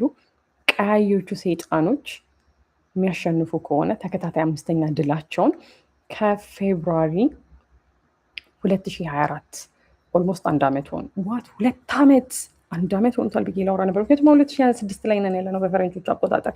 ማንቸስተር ዩናይትዶች በፕሪሚየር ሊጉ በተከታታይ 5 ጨዋታዎች በፕሪሚየር ሊጉ ሁሉ አይደለም 5 ጨዋታዎች በተከታታይ ካሸነፉ 2 ዓመት ሊሆናቸው ነው። 2 ዓመት ሊጠጋቸው ነው። ስለዚህ እሱን እንግዲህ ምናልባት ማክሰኞ ሊያሳኩት ይችላሉ ማለት ነው። እሺ ወደ ሌሎች ተጨማሪ ዜናዎች እስቲ ልንገራችሁ። ሌላኛው ምንድን ነው? the way Matthias Cunha kept doing Bryan Mbeumo's celebration ትላንትና ብራያን ምቡሞ ጎል ሲያስቆጥር ማቲያስ ኩኒያ ከሱ ጋር አብሮ እጁን ዘርግቶት ሰለብሬት ሲያደርግ ነበር ወይም ደስታውን ሲገልጽ ነበረ። ስለዚህ እሱን ነው ስለዛ ነው እያወራ ያለው እና ምቡሞ ደስታውን ገልጾ ከሄደ በኋላ ራሱ ማቲያስ ኩኒያ አብሮት እጁን ዘርግቶ ደስታውን ሲገልጽ እንደነበር ነው እዚህ ጋር እየተናገረ ያለው። ስለዚህ በነገራችን ላይ ይሄ የማንቸስተር ዩናይትድ ደጋፊ ምን ያህል ጊዜ የሆነው ይመስላችኋል? ፀጉሩን ካልተቆረጠ 490 ቀኑ ነው። አመት አልፎታል ሲሉ 365 ቀናት አይደል ያሉት በአንድ አመት። 490ኛ ቀኑ ነበር ትላንትና። ዛሬ 491ኛ ቀኑ ነው የሚሆነው። እንደሱ አይነት ደጋፊ ያለም አይመስለኝም። ሌሎች የማንቸስተር ዩናይትድ ዜናዎች ምን ይኖራሉ? ብሩኖ ፈርናንዴዝ 200 የጎል ኢንቮልቭመንቶች አሉት ብሎ ነው እንግዲህ ዳዝን የዘገበው። ስለዚህ እስካሁን ድረስ 104 ጎሎችን አግብቷል። 96 ጎሎችን ደግሞ ለማንቸስተር ዩናይትድ በፕሪሚየር ሊጉ አሲስት ማድረግ ችሏል ማለት ነው። ስለዚህ ብሩኖ ፈርናንዴዝ 104 ጎሎችን ያስቆጠረው በ314 ጨዋታዎች ነው። 96 ጎሎችን ደግሞ አሲስት ያደረገው በድጋሚ በ314 ነው። ስለዚህ 200 የጎል ኢንቮልቭመንት ወይም ደግሞ በጎሎች ላይ ያለውን የ200 አስተዋጽኦ ላይ ለመድረስ ሁለተኛው ፈጣኑ ተጫዋች ሆኗል ማለት ነው። ስለዚህ አይ ቲንክ ከሱ በፊት የቀድሞ የማንቸስተር ዩናይትድ ተጫዋች ዋይኒ ሩኒ ይመስለኛል። ከዛ ሌላ ምን አለ? 4 ዳውን 1 to go 4 ተሳክቷል፣ እንግዲህ 1 ይቀራል የሚል ትርጉም ይኖራል። ድጋሚ ስለ ፀጉር ቆረጣው ነው አሁንም እየተወራ ያለው ማለት ነው። ሌላ የማንቸስተር ዩናይትድ ዜና አለ። ወደ አርሰናል ቤት ሊሄድ በነገራችን ላይ ወደ ማንቸስተር ዩናይትድ ቤት በምንሄድበት ጊዜ ኦልትራፎርድ ያው የሙኒክን ኤር ዲዛስተር በ68ኛው ዓመትም ማስታወሳቸውን ነው በድጋሚ ዘገባዎች እየገለጹ ያሉት። ሌላኛው ምንድን ያለው ስለ ይሄ አሁን ያሉት ዜናዎች አርሰናሎች ናቸው። በነገራችን ላይ የብሩኖ ፈርናንዴዝ ፎቶ ይታያቸዋል አይደል? በስተግራ በኩል ላይቭ ስኮር የነሱ ፖስተር ነው እና ብሩኖ ፈርናንዴዝ ኢዝ ኢን ሬድ ሃት ፎርም ይላል። በቃ ሞቅ ያለ የቀይ አቋም ላይ ነው ያለው። ለዛ ምን ትርጉም ሊኖር ይችላል? ምክንያቱም ለምሳሌ ማንቸስተር ዩናይትዶች ቅጽል ስማቸው ሬድ ዴቪልስ አይደል? ቀያዮቹ ሰይጣኖች። ስለዚህ በቃ እንደዛ ነው እንደማለት ነው። ሰይጣን ብዬ እሱን መተርጎም አልፈልግም። ጭንቅላቴ ያመጣውን ትርጉም ማሳብ አልፈልግም። ስለዚህ የማንቸስተር ደጋፊ መሆን በአሁን ሰዓት ላይ ደስ ይላል። የሆነ ዘና ብላችሁ በደስታ የተቀመጣችሁ ይመስለኛል። ተደጋጋሚ ናቸው ዜናዎቹ። ስለዚህ እስኪ የማንቸስተር ዩናይትድ አዲስ ዜናዎች ከሌሉ ማክሰኞ ዕለት የሚኖራቸው ጨዋታ እንደተጠበቀ ሆኖ ይሄም የማንቸስተር ዩናይትዱን ደጋፊ ፀጉሩን ሲቆረጥ የምንመለከተው ይመስለኛል። ስለዚህ የማንቸስተር ዩናይትድ ዜና ይህንን ይመስላል። ወደ አርሰናል ቤት እንሂድ።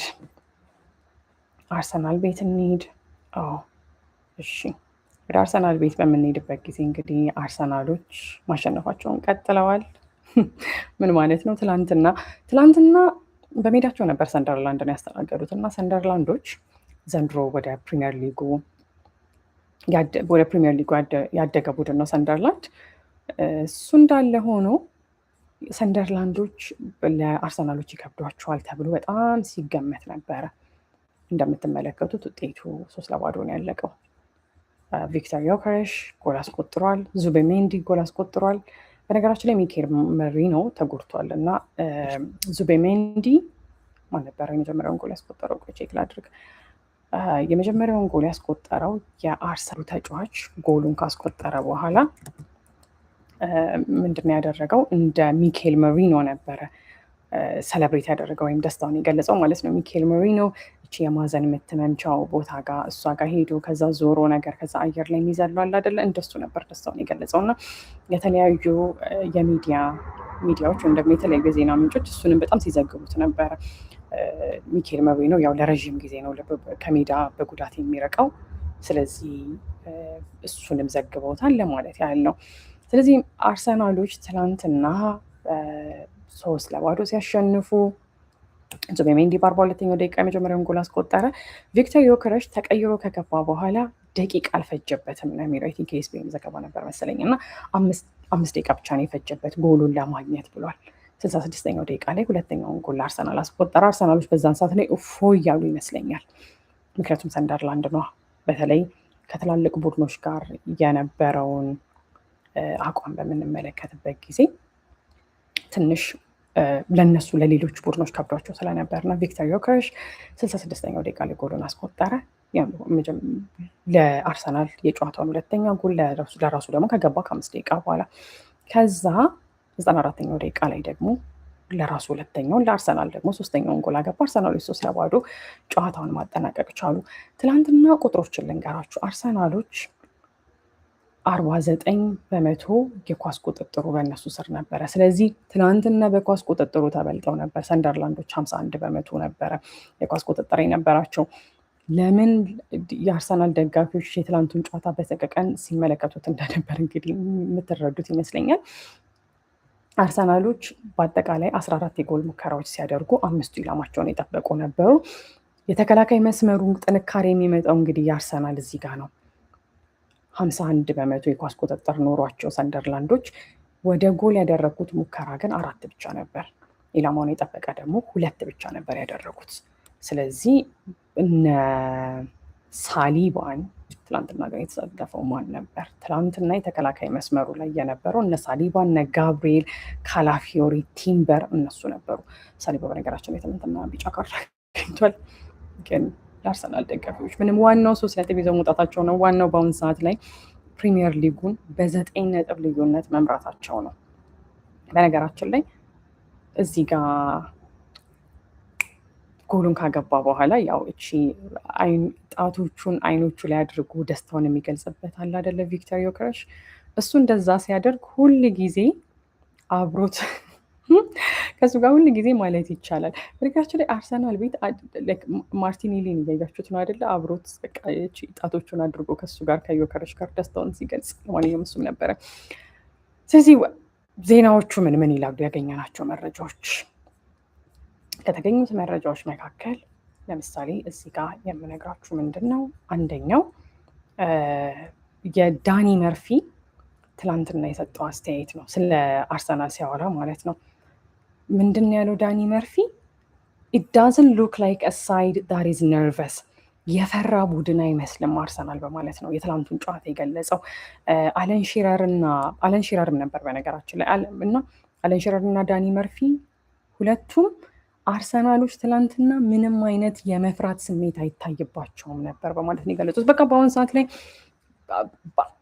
ምን ያህል አስፈሪ ቡድን እንደሆኑ አርሰናሎች ራሳቸው የገባቸው ይመስለኛል። እና በአሁኑ ሰዓት ላይ በተለይ የፕሪሚየር ሊጉን ዋንጫ ከማሸነፍ ውጭ አማራጭ ያላቸው ራሱ አይመስለኝም። እስካሁን ድረስ እድል አላቸው ብለን አይደለም ማውራው እና ያልኩት ነገር ኦኒዮን ባይነኝ በቃ ምክንያቱም እነ ዳኒ መርፊ እና አለን ሺረር በራስ በመተማመን ለአርሰናል እንደዚህ ብለው ተናገሩ ማለት እንግዲህ እናንተ ምክንያቱም እነሱ ጨዋታውን ያውቁታል፣ ሜዳውን ያውቁታል።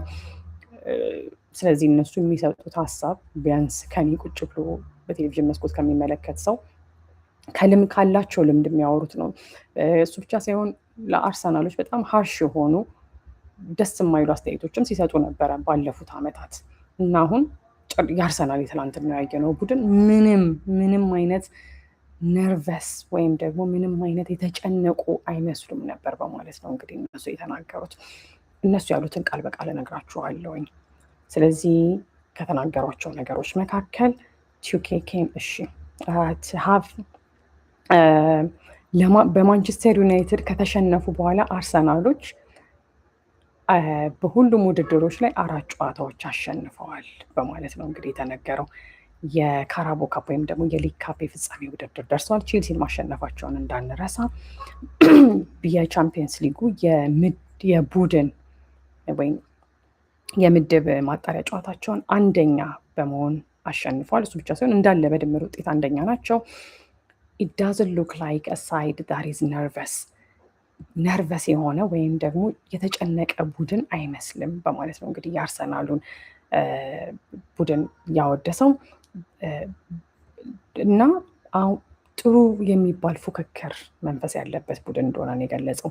በአሁን ሰዓት ላይ አርሰናሎች ጥሩ ጨዋታ ሳይጫወቱ ራሱ ጨዋታን ማሸነፍ የሚችሉበት አቋም ላይ ነው ያሉት። ስለዚህ በአሁን ሰዓት ላይ ምርጡ ቡድን ማን ነው? አርሰናል ላይ ነው ያለው። እንደሱ ብሎ አልዘገበውም፣ ግን ምንድን ነው ያለው ቃል በቃል ስለው they are the best team at the moment በአሁን ሰዓት ላይ ያለው ምርጥ ቡድን አርሰናል ነው በማለት ነው የገለጸው። ስለዚህ ስለ ማንቸስተር ሲቲ ይቀጥላል። ማንቸስተር ሲቲዎች ነገ የማያሸንፉ ከሆነ ይላል፣ ዛሬ ማታ ማለቱ ነው። ትናንትና ስለሆነ ይህንን ሀሳቡን የሰጠው። ማንቸስተር ሲቲዎች ዛሬ የማያሸንፉ ከሆነ ምንድን ነው ያለው? ዴቭ ጋት ሴ ኢትስ ጌም ኦቨር፣ በቃ ተጠናቀቀ፣ የዋንጫው ጉዞ ተጠናቀቀ ብለው ማለት አለባቸው በማለት ነው የገለጹ። ስለዚህ ያ የአለን ሺረር ሀሳብ ነበረ። ማንቸስተር ሲቲዎች ድጋሚ ነጥብ መጣል አይችሉም። ዛሬ ከሊቨርፑል ጋር የሚኖራቸውን ጨዋታ ማሸነፍ አለባቸው ነው ያለው። በነገራችን ላይ የዛሬው ጨዋታ አንፊልድ ላይ ነው የሚካሄደው። ማንቸስተር ሲቲዎች ማሸነፍ ከሚከብዳቸው ቦታ አንዱ አንፊልድ ነው። የትላንትናው ቪዲዮ ላይ ስላለ ዛሬ ደግሜ አላሰለቻችሁም ስለሱ ስታት ስለሱ ቁጥሮች ለማውራት። ግን ባጭሩ በደፈነው ማንቸስተር ሲቲዎች ሊቨርፑል ቤት ሄደው ወይም አንፊልድ ላይ ሄደው ያሸነፏቸው ጥቂት ጨዋታዎች ናቸው። ካደረጉት ጨዋታዎች አንጻር አብዛኛውን ተሸንፈዋል ለማለት ነው። ስለዚህ ከዛ በተጨማሪ አለን ሺረር ምን በማለት ነው የተናገረው? አይ ቲንክ there are so many people waiting for a slip up that ስለዚህ የአርሰናሎች አሁን እንግዲህ ጥሩ አቋም ላይ አይደል ያሉት። በደፈነው በማንቸስተር ዩናይትድ መሸነፋቸው እንዳለ ሆኖ ከፎረስት ጋር ማቻ መውጣታቸው እንዳለ ሆኖ፣ ስለዚህ እሱ ግን እያለ ያለው ምንድን ነው? በእንደዚህ አይነት ደረጃ በጥሩ ሁኔታ ፐርፎርም ስታደርግ አቋም እንዲዋዥቅ የሚጠብቁ አሉ በማለት ነው የገለጸው። ዌሪንግ ፎር ስሊፕ አፕ ዳት ዌን ዩ ሲ ፐርፎርማንስ ላይክ ዳት ቱዴ፣ ዛሬ ያየነውን ፐርፎርማንስ ስታይ በቃ ስሊፕ አፕ እንዲያደርጉ ወይም ደግሞ ልክ ነገሮች እንዲያመልጧቸው መጠበቁ ኖርማል ነው፣ የተለመደ ነገር ነው በማለት ነው የገለጸው። ስለዚህ ትናንትና ከሰንደርላንድ ጋር በነበራቸው የአርሰናሎቹ አቋም በጣም በጣም የተደነቀው የተደመመው አለን ሺረር እና ሁሉም ጨዋታ ላይ ምርጥ መሆን አይጠበቅባቸውም በማለት ነው የተናገረው። they just have to find ways to win games፣ ጨዋታ የማሸነፊያ መላን መንገድ ብቻ ነው መፈለግ ያለባቸው። ያንንም ትናንት አድርገውታል በማለት ነው የገለጸው። ስለዚህ ይህን ቡድን ሳይ ምንም ድንጋጤ አይታይም ብሎ ነው የገለጸው። ስለዚህ አርሰናሎች ትላንትና እንግዲህ አሁን ቁጥሮች የሚያሳዩን ምንድን ነው? የኳስ ቁጥጥሩ ራሱ በብዛት ትላንትና ላይ 51 በመቶ የሚሆነው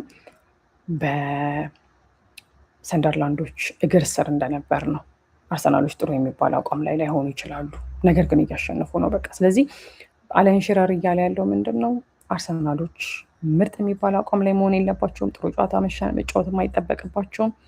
ጨዋታውን የሚያሸንፉበትን መላ ብቻ ነው ማግኘት ያለባቸው ብሎ ነው የገለጸው። ስለዚህ ቅድም እንደነገርኳችሁ ቪክተር ዮከረሽ ወደ ሜዳ ተቀይሮ ሲገባ 5 ደቂቃ ብቻ ነው የፈጀበት ጎሉን ለማስቆጠር። ይህ በተለይ ለአርቴታ ደስ የሚለው ይመስለኛል፣ ለአርሰናል ደጋፊዎችን በዛው ልክ። እናም አርሰናሎች በአሁኑ ሰዓት ላይ ናው they are 9 points clear at the top of the Premier League፣ በፕሪሚየር ሊግ አናት ላይ በ9 ነጥብ ልዩነት ተቀምጠዋል።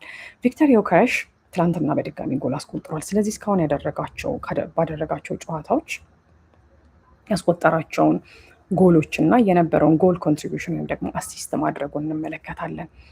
ከቼልሲ ጋር በነበራቸው ጨዋታ 1 ጎል አስቆጥሯል፣ 1 አሲስት አድርጓል። ከኖቲንጋም ፎረስት ጋር ምንም አይነት ኮንትሪቢዩሽን ወይም አስተዋጽኦ አልነበረው፣ ምክንያቱም ጨዋታው 2-2 ተጠናቋል። ከኢንተር ሚላን ጋር ጣሊያን ድረስ ሄደው በሳንሲሮ ባደረጉት ጨዋታ 1 ጎል ማስቆጠር ችሎ ነበረ። ከዛ አውሮፕላኑ እየለፈስ እኔ ቤት ገብቶ ጥርሚ ላይ መስለው የአውሮፕላኑ ድምፅ እስኪያልፍ ድረስ እየጠበቅኩኝ ነው። ድምፅ ይሰማችሁ እንጃ። ኦኬ። ከዛ ከማንቸስተር ዩናይትድ ጋርም በነበራቸው ጨዋታ ጎል ማስቆጠር አልቻለም ነበረ። ከዛ በቻምፒየንስ ሊጉ ካይራትን ገጥመው 1 ጎል 1 አሲስት አድርጓል። ከቼልሲ ጋር በነበራቸው ሁለቱም ዙር ጨዋታዎች ጎል ማስቆጠር አልቻለም፣ አሲስትም አላደረገም። ከሌድስ ጋር በነበራቸው ጨዋታ ግን ጎል አስቆጥሯል።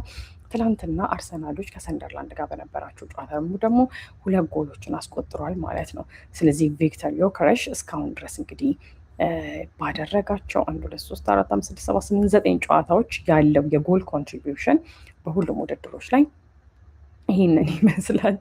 እሱ ብቻ ሳይሆን በድጋሚ ፒርስ ሞርጋን ምንድን ያለው ይህንን ምስሉ ላይ የምትመለከቱትን የማርቲኔሊን እና የቪክተር ዮከረሽን ፎቶ አርሰናሎች በማህበራዊ ድረገጻቸው ላይ ፖስት አድርገውታል ወይም ለጥፈውታል። እና ፒርስ ሞርጋን ምንድን ያለው ሶ ኤክሳይቲንግ ቱ ሲ ዮከረሽ ፋይናሊ ሂት ደ ፎርም ዊ ፔድ ፎር።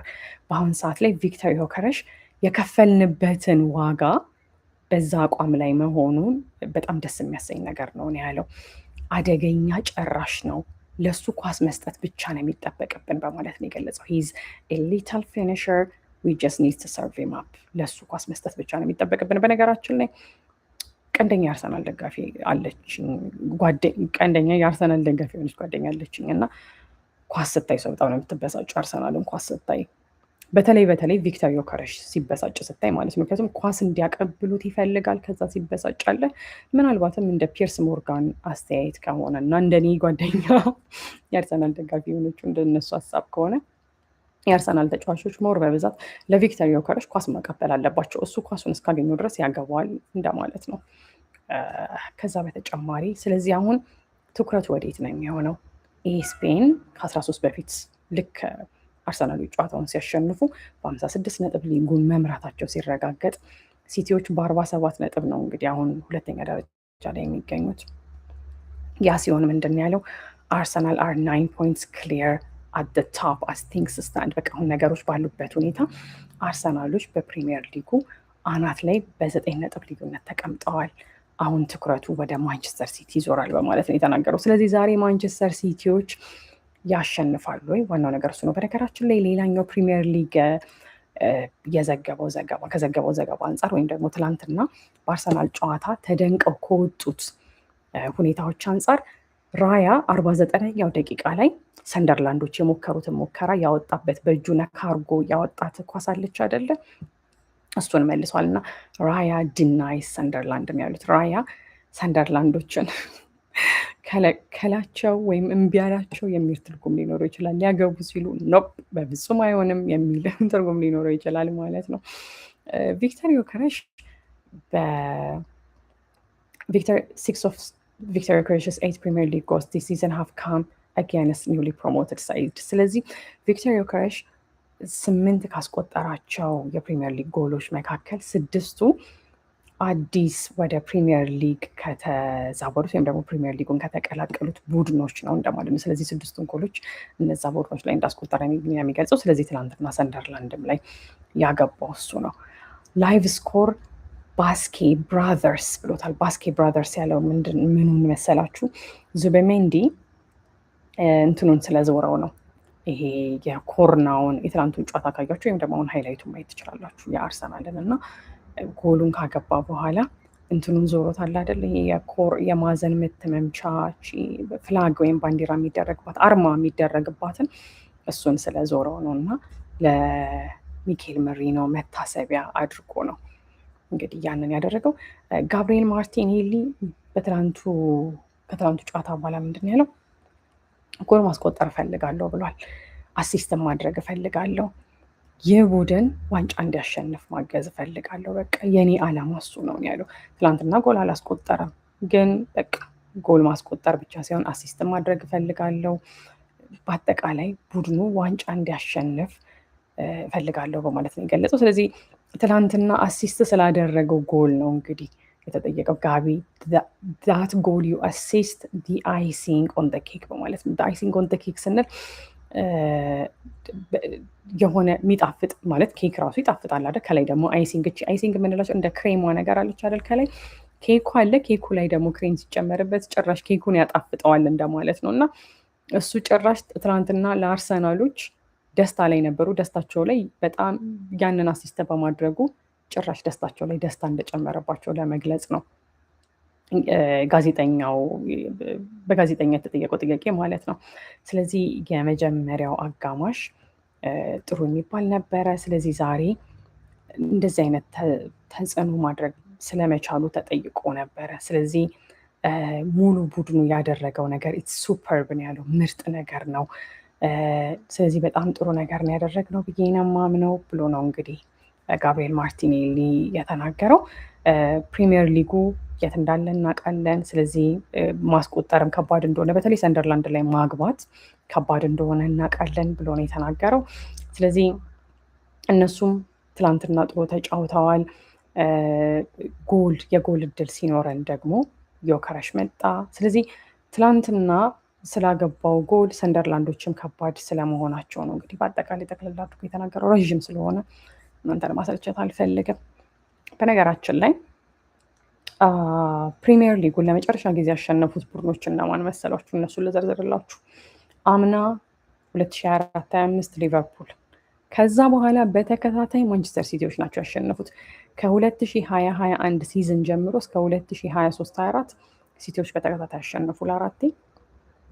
ከዛ በ2019/20 ሊቨርፑሎች ያሸነፉ ሊጉን፣ ፕሪሚየር ሊጉን። ከዛ ተመልሶ ማን ያሸነፈ ይመስላችኋል? አዎ ሲቲዎች ናቸው።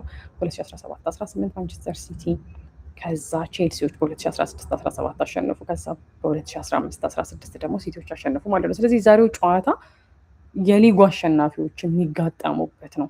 በቅርቡ ጊዜ ፕሪሚየር ሊጉን የበላይ የሆኑት ሁለት ቡድኖች ሊቨርፑል እና ሲቲዎች እንግዲህ ዛሬ በኋላ ይፋለማሉ። አርሰናሎች ስራቸውን ሰርተዋል፣ ከነሱ የሚጠበቀውን ነገር ሰርተዋል። ስለዚህ ቢያንስ አረፍ ይላሉ፣ ጭንቅላታቸውን አሳርፈው። ዳቪድ ራያ በፕሪሚየር ሊጉ 14 ክሊንሺቱ ነው እንግዲህ የሚሆነው። ትላንትናም ጎል አልተቆጠረበትም። ኢኳሊንግ ሂዝ ታሊ ፍሮም ላስት ሲዘን ዊዝ አናዘር 13 ሊግ ማችስ። ስለዚህ አሁን 13 ጨዋታዎች ይቀራሉ በዘንድሮ የውድድር ዓመት።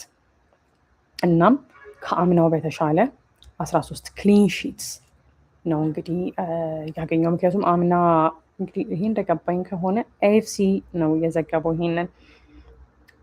በአጠቃላይ 13 ክሊንሺት ነበር የነበረው። ሜቢ እሱን በቀጣይ ቪዲዮ ጽፌ እንትንላችኋለሁ። ስለዚህ 4-3-3 4-3-3 he only needed 5 minutes 5 ደቂቃ ብቻ ነበር የሚፈልገው ብሎ ነው የዘገበው ቪክተር ዮከረስን ማለት ነው። እና ቪክተር ዮከረስን አክብሩት ብሎ ነው እንደውም ይሄ ዘገባ የወጣው። put some respect on ዮከረስ's name። ስዊድናዊው ለሁለተኛ ተከታታይ ጨዋታ ጎል አስቆጠረ። ስለዚህ አሁን ባለው ሁኔታ አርሰናሎች ከሲቲ በ9 ነጥብ ርቀው ይገኛሉ በማለት ነው እንግዲህ እነሱ የዘገቡት። ሌላኛው አርሰናልን በተመለከተ ያለው ዜና ምንድን ነው? ዙቢሜንዲን ነው። ዙቢሜንዲ ያው የመጀመሪያ ጎሉን ስለማግባቱ ስካይ ስፖርትስ ፕሪሚየር ሊግ በዘገባው ዘግቦታል። እናም አርሰናሎች ሰንደርላንድን ማሸነፍ መቻላቸው በነገራችን ላይ ይቀጥልበት። ለአንዱ ጨዋታ ላይ ያው ዣካ እና ሚኬል አርቴታ ተገናኝተዋል። ዣካ የአርሰናል የቀድሞ ተጫዋች ነው። ስለዚህ ያው እሱ በቅርብ ለአርሰናል ሲጫወት ስለነበረ እሱ አይረሳም። ትላንትና ያው ለአርሰናል ሳይሆን በአርሰናል ሳይድ ሆኖ ሳይሆን ዣካ በሰንደርላንድ ቤት ነበር የመጣው እና በተለይ ከጨዋታው በኋላ ከሚኬል አርቴታ ጋር ከጨዋታው በኋላ ነው በፊት ከሚኬል አርቴታ ጋር ሲተቃቀፉ እንግዲህ ታይቷል። ስለዚህ ላይቭ ስኮር ምንድን ነው የዘገበው? ናቲንግ በት ሪስፔክት ቢትዊን ግራኒት ዣካ ኤንድ ሚኬል አርቴታ። በሚኬል አርቴታ እና በግራኒት ዣካ መካከል መከባበር ብቻ ነው ያለው፣ ሌላ ነገር የለም በማለት ነው እንግዲህ የገለጸው። ትናንት ሲተቃቀፉ የነበረው ማች ኦፍ ዘ ዴይ የሁለቱን ሰዎች አስመልክቶ ምንድን ነው ያለው? ደስ የሚል ጊዜ ነበረ አት ፉል ታይም። ስለዚህ ከጨዋታው በኋላ ሁለቱ አንድ ላይ አጠገብ ላጠገብ ሆነው ሰላም ሲባባሉ ሲስቁ ተመልክተናል እና ደስ የሚል ጊዜ ነበረ በግራኒት ዣካ እና በሚኬል አርቴታ መካከል በማለት ነው የገለጸው። ስለዚህ ከዚህ በተጨማሪ ማንቸስተር ሲቲዎች እንግዲህ የአርሰናልን ማሸነፍ ተመልክቶ ዛሬ ከባድ ጨዋታ ከሊቨርፑል ጋር ይገጥማቸዋል ነው ያለው። ግን ዋናው ጥያቄ ምንድን ነው? አርሰናሎች የ9 ነጥብ ልዩነቱን ይዘው መቆየት ይችላሉ ወይ? እሱ ብቻ ሳይሆን አርሰናሎች አሁን እስከቀሯቸው ቀጣይ ጨዋታዎች ድረስ መሪነታቸውን አስጠብቀው የሊጉን መጨረስ ይችላሉ። ለመሪነታቸውን አስጠበቁ ማለት ምን ማለት ነው? አርሰናሎች ቻምፒዮን ሆኑ ማለት አይደለም። ስለዚህ 4-3-3 ወይም 4-3-3 በዘገባው ምንድን ያለው? ሊጉን እናሸንፈዋለን፣ አሁን እኛን ማመን አለባችሁ ነው ያለው። የአርሰናል ደጋፊዎች የሆነ ስፍስፍ የሚሉለት ይመስለኛል። አሁን አርሰናሎች እንዲያሸንፉ ከሚመኙ ሰዎች መካከል አንዷ እኔ ነኝ ብያችኋለሁ። እና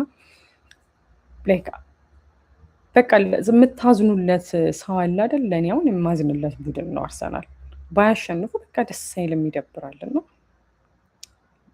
የሚያሸንፉ ይመስለኛል። ያሸንፋሉ ብዬ ተስፋ አደርጋለሁ። ስለዚህ we're going to win the league ሊጉን እናሸንፋለን። አሁን you gotta believe us አሁን እኛን ማመን አለባችሁ ነው የሚለው ካይ ሃቨርትዝ ከትላንትናው ጨዋታ በኋላ ቶፕ ሳተርዴ ከላይ የተቀመጥንበት ቅዳሜ የሚል ትርጉም ሊኖረው ይችላል 3 ነጥቦች ጉዟችንን እንቀጥላለን ብሎ በማህበራዊ ድረገጹ ላይ ጽፏል። ስለዚህ ሌላኛው ደግሞ የስካይ ስፖርት ፕሪሚየር ሊግ ዘገባ በድጋሚ ሊያስታውሰን የሞከረው ነገር ምንድን ነው? ቪክተር ዮከረስ ከተቀያሪ ወንበር ተነስቶ ጎል ማስቆጠሩን ነው። ሌላኛው ዜና ምን አለ? እሺ ይሄ ማህበራዊ ድረገጽ ላይ ሆኜ እኮ ነው። ሌሎች ዜናዎች ላይ በምንሄድበት ጊዜ ወደ አርሰናል ቤት ስንሄድ ምን አለ?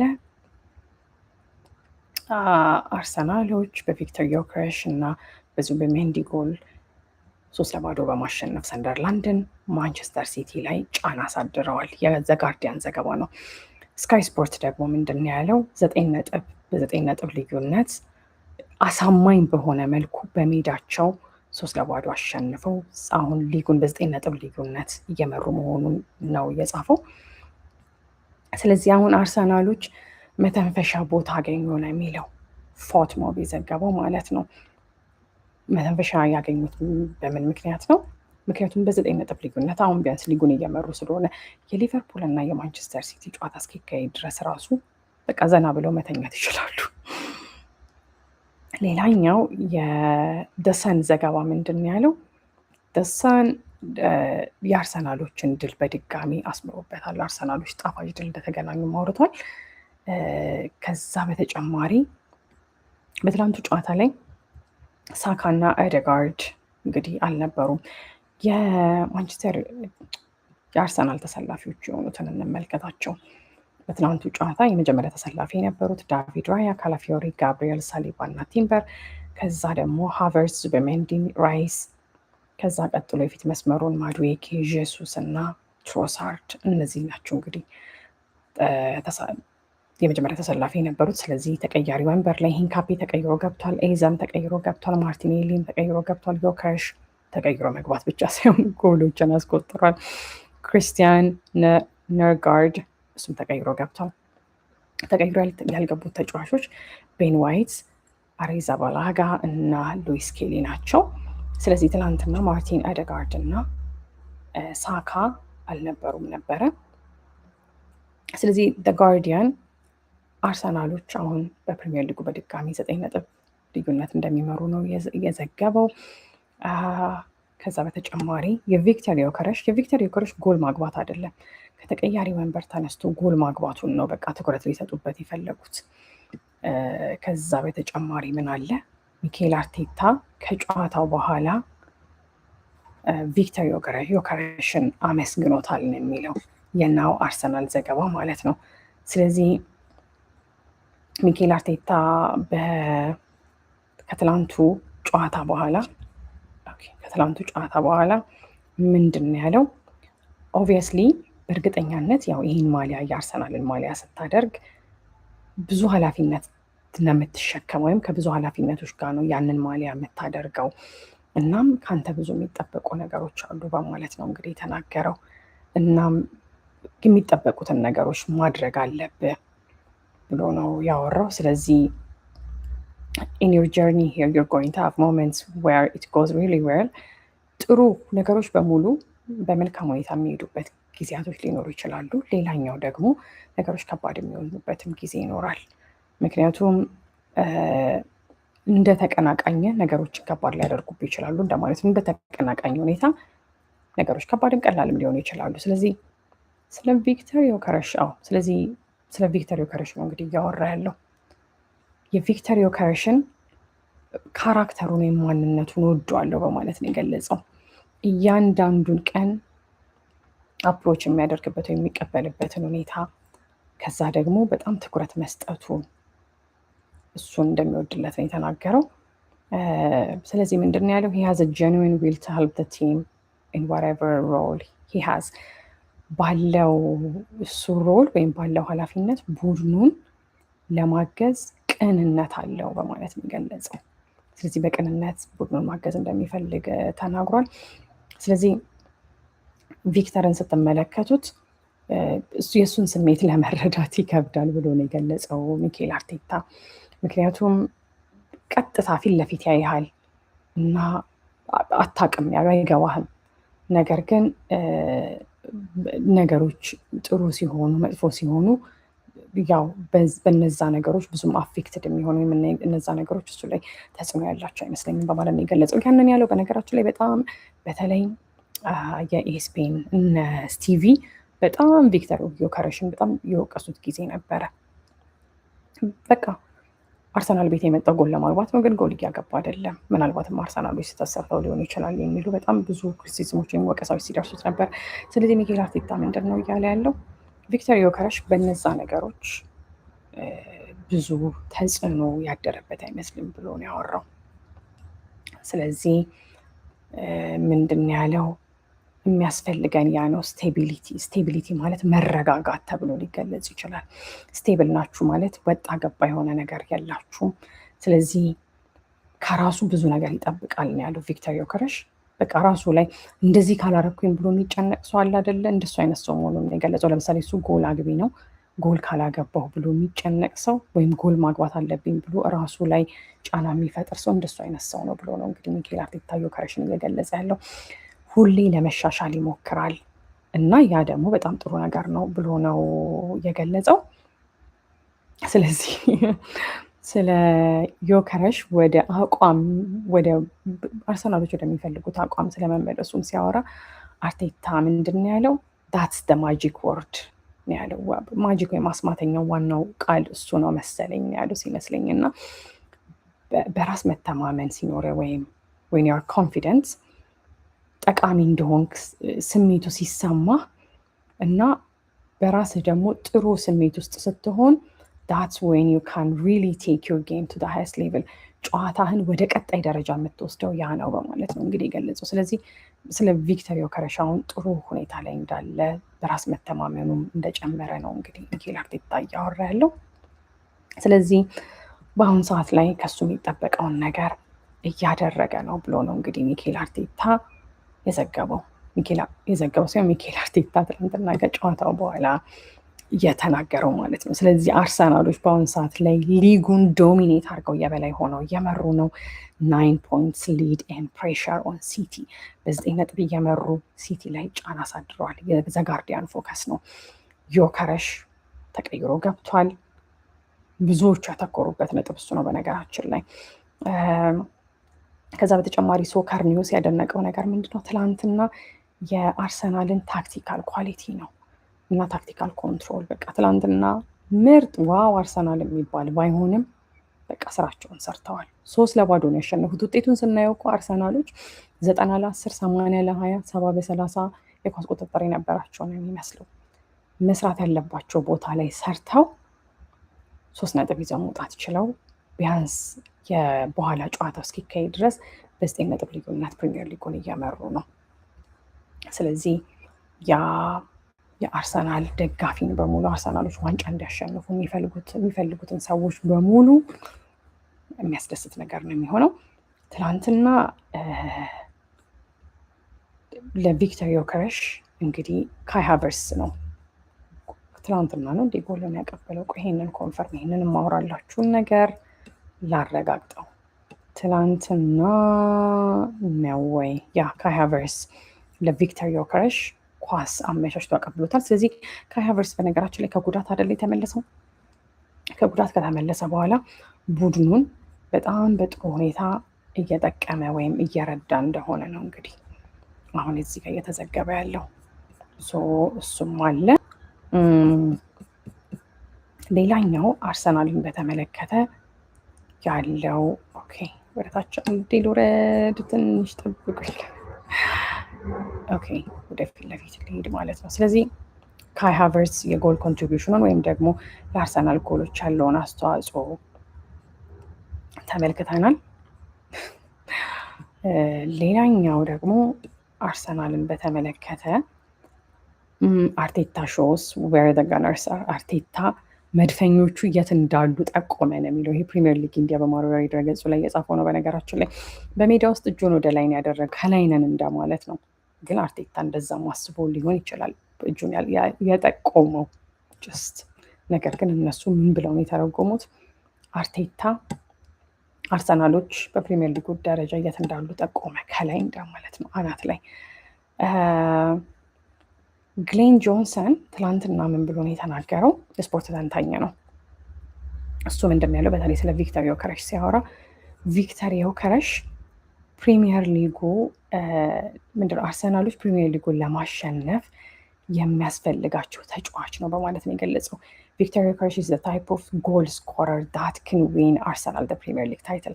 አርሰናሎች ዋንጫ እንዲያሸንፉ ሊያስችላቸው ከሚችል ጎል አግቢ ተጫዋች ወይም ደግሞ ከሚያስፈልገው ተጫዋች እሱ ነው። ደከመኝ መሰለኝ ለአንድ ሰዓት ከ5 ደቂቃ ሳወራ ነበር እዚህ እንትን ላይ። ስለዚህ ቪክተር ዮከረስ የሚያስፈልጋቸው ጨዋታ ነው በማለት ነው የገለጸው። ያው ትላንትና ግራኒት ዣካ እና ሚኬል አርቴታ ተቃቅፈዋል። ከፊሽካው በኋላ ያሉትን እንዳንሰማ ነው መሰለኝ፣ ከንፈራቸው እንዳናነብ ነው መሰለኝ ሚኬል አርቴታ ሸፍኖ ሲያወራ የነበረው ከግራኒት ዣካ ጋር። ከዛ በተጨማሪ ምን አለ መሰላችሁ? ቪክተር ዮከረስ ከጨዋታው በኋላ ምንድን ነው ያለው? እሺ፣ ስለዚህ ሰንደርላንዶች በጣም ስለ ሰንደርላንዶች የሆነ የሚያወራው እሺ፣ እዚህ ጋር አርሰናል ኒውስ ቻናል የዘገበውን እሱን ልተርጉምላችሁ ነው። በነገራችን ላይ የአርሰናል ዜና እየበቃን ቪክተር ዮከረስ ሪፍሌክቲንግ ኦን ሃው ዘ አርሰናል ዊን ኦቨር ሰንደርላንድ ቱዴይ። ስለዚህ ምንድን ነው ያለው? አርሰናሎች በጣም ቡድኖች ናቸው ብሎ ነው ያወራው። በጣም ጠንካራ ናቸው እና ስለዚህ ከባድ ጨዋታ ይሆን እንደነበር ወይም ከባድ ፍልሚያ ይሆን እንደነበረ አውቀናል በማለት ነው የተናገረው። they created some okay chances። ጥንድ ማለት ጥሩ የሚባሉ ኦኬ ማለት የሆነ ነገር it was okay ካላችሁ ምንም አይልም ነበር እንደማለት። ስለዚህ ምንም አይልም እሱን ያዙትና እንደሱ አይነት የጎል ዕድሎችን ፈጠሩ ብሎ ነው ያወራው። ከዛ በተጨማሪ ግን በአጠቃላይ በደንብ ተከላክለናል ነው ያለው።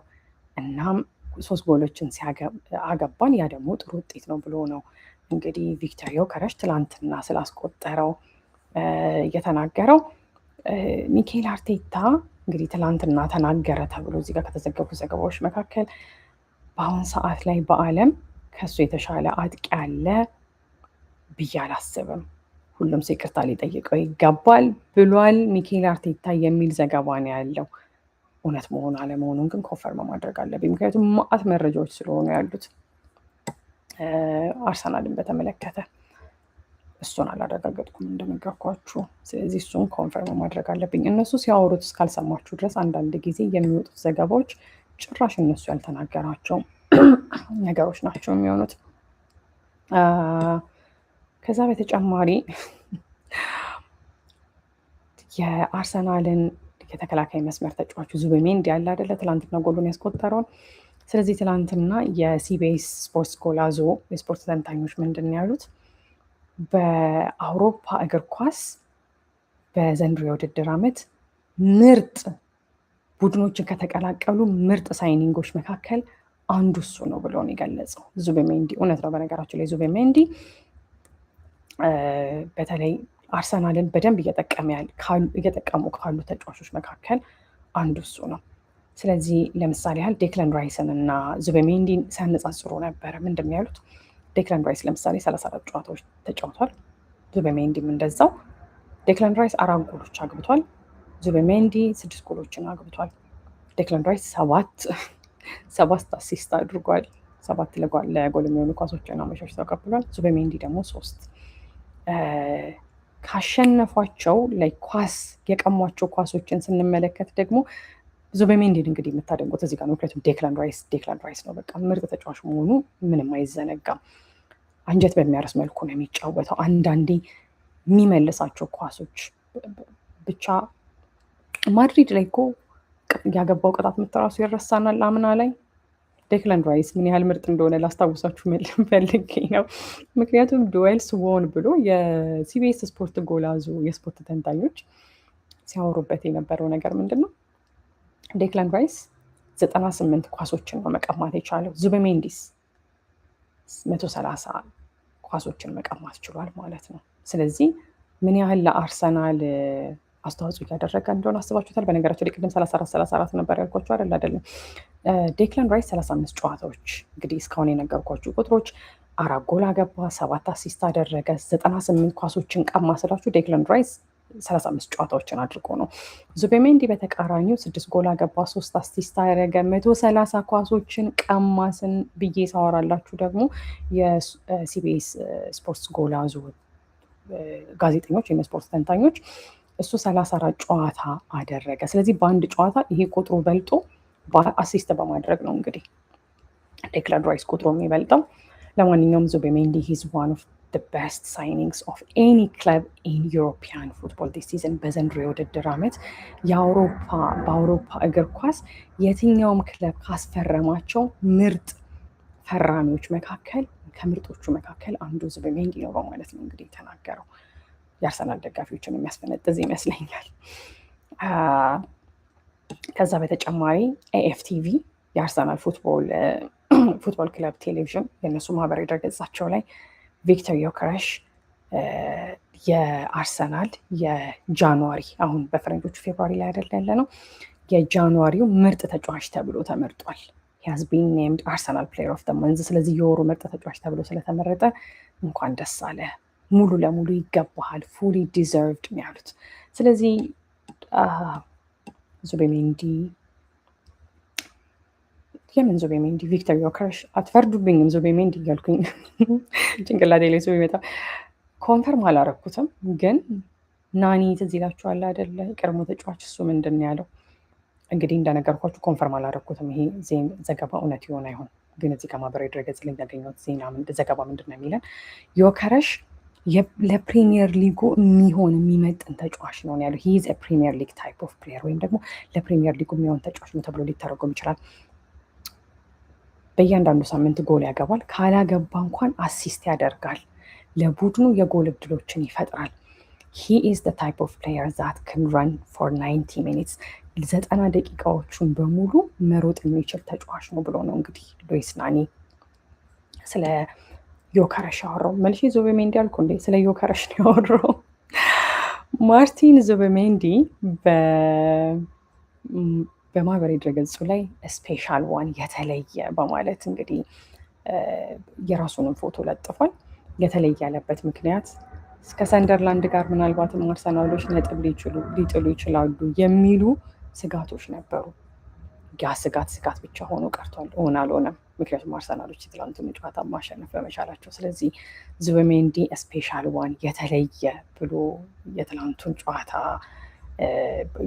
ጎሉን አግብቶ ደስታውን ሲገልጽ አየር ላይ ያለ ፎቶውን ሲለቀው ያንን ስሜት ለማስታወስ ፈልጎ ይመስለኛል። በነገራችን ላይ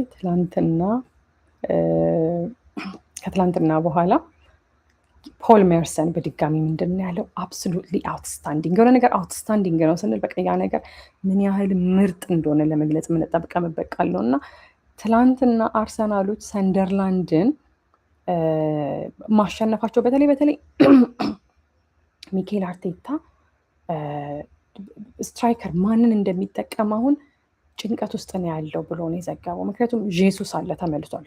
ጋብሪኤል ጄሱስ ሜዳ ሲገባ ጎል እያገባ ነው። ቪክተር ዮከረሽ አለ እና ሚኬል አርቴታ ዲሌማ ውስጥ ወይም ጭንቀት ውስጥ ነው ያለው ማን እንደሚጠቀም። እንደዛ ሆኖ ግን ሰንደርላንድን ሊከብደው ይችላል። ምክንያቱም ሰንደርላንዶች ከባድ ስለሆኑ በዘንድሮው የውድድር ዓመት ይችላል ተብሎ የተጠበቀውን ቡድን በማሸነፉ ኢትስ አብሶሉትሊ አውትስታንዲንግ በጣም ምርጥ ነው እንግዲህ በማለት ነው የገለጹት። አትሌቲክ ፉትቦል ስለ ዙቤሜንዲ ምን ብሎ መሰላችሁ የጻፈው? ዙቤሜንዲ አርቴታ ሊተማመንበት የሚችለው ተጫዋች ነው ያለው። ግን እንደዛ አይደለም። ቃል በቃል ስተረጉምላችሁ ማርቲን ዙቤሜንዲ ኢዝ አርቴታስ ሚስተር ዲፔንደብል። በሰው የሆነ ሰው ዲፔንደብል ነው የምንል ከሆነ በዛ ሰው መተማመን እንችላለን ማለት ነው። ስለዚህ ሚኬል አርቴታ በዙቤሜንዲ መተማመን ይችላል በማለት ነው የገለጸው። አትሌቲክ ፉትቦል ሲዘግብ ሲቀጥል ምንድን ያለው በዘገባው ስለ ዙቤሜንዲ? ጎል ብቻ አያገባም፣ እድሎችን ይፈጥራል እና ደግሞ ምንድን ነው ፓስ ሲያደርግ በረዥም ርቀትም ሆነ በቅርብ ርቀት አኪሬት በሆነ ወይም ደግሞ ኢላማውን በጠበቀ መልኩ ነው ፓሶችን ውጤታማ በሆነ መልኩ ፓስ የሚያደርገው የሚያሻገረው በማለት ነው የገለጸው። እሱ ብቻ ሳይሆን በመከላከል ስራውም ጥሩ አስተዋጽኦ እንዳለው ነው የገለጸው። ታክል መግባትም ቢሆን በቴስታ ኳሶችን መሻማትም ቢሆን መልሶ ኳሱን በራሱ ቁጥጥር ውስጥ ማድረግንም ቢሆን ዙቢሜንዲ ሂዝ የአርቴታ ሚስተር ዲፔንደብል ወይም ሚኬል አርቴታ ሊተማመንበት የሚችለው ተጫዋች ነው በማለት ነው የገለጸው።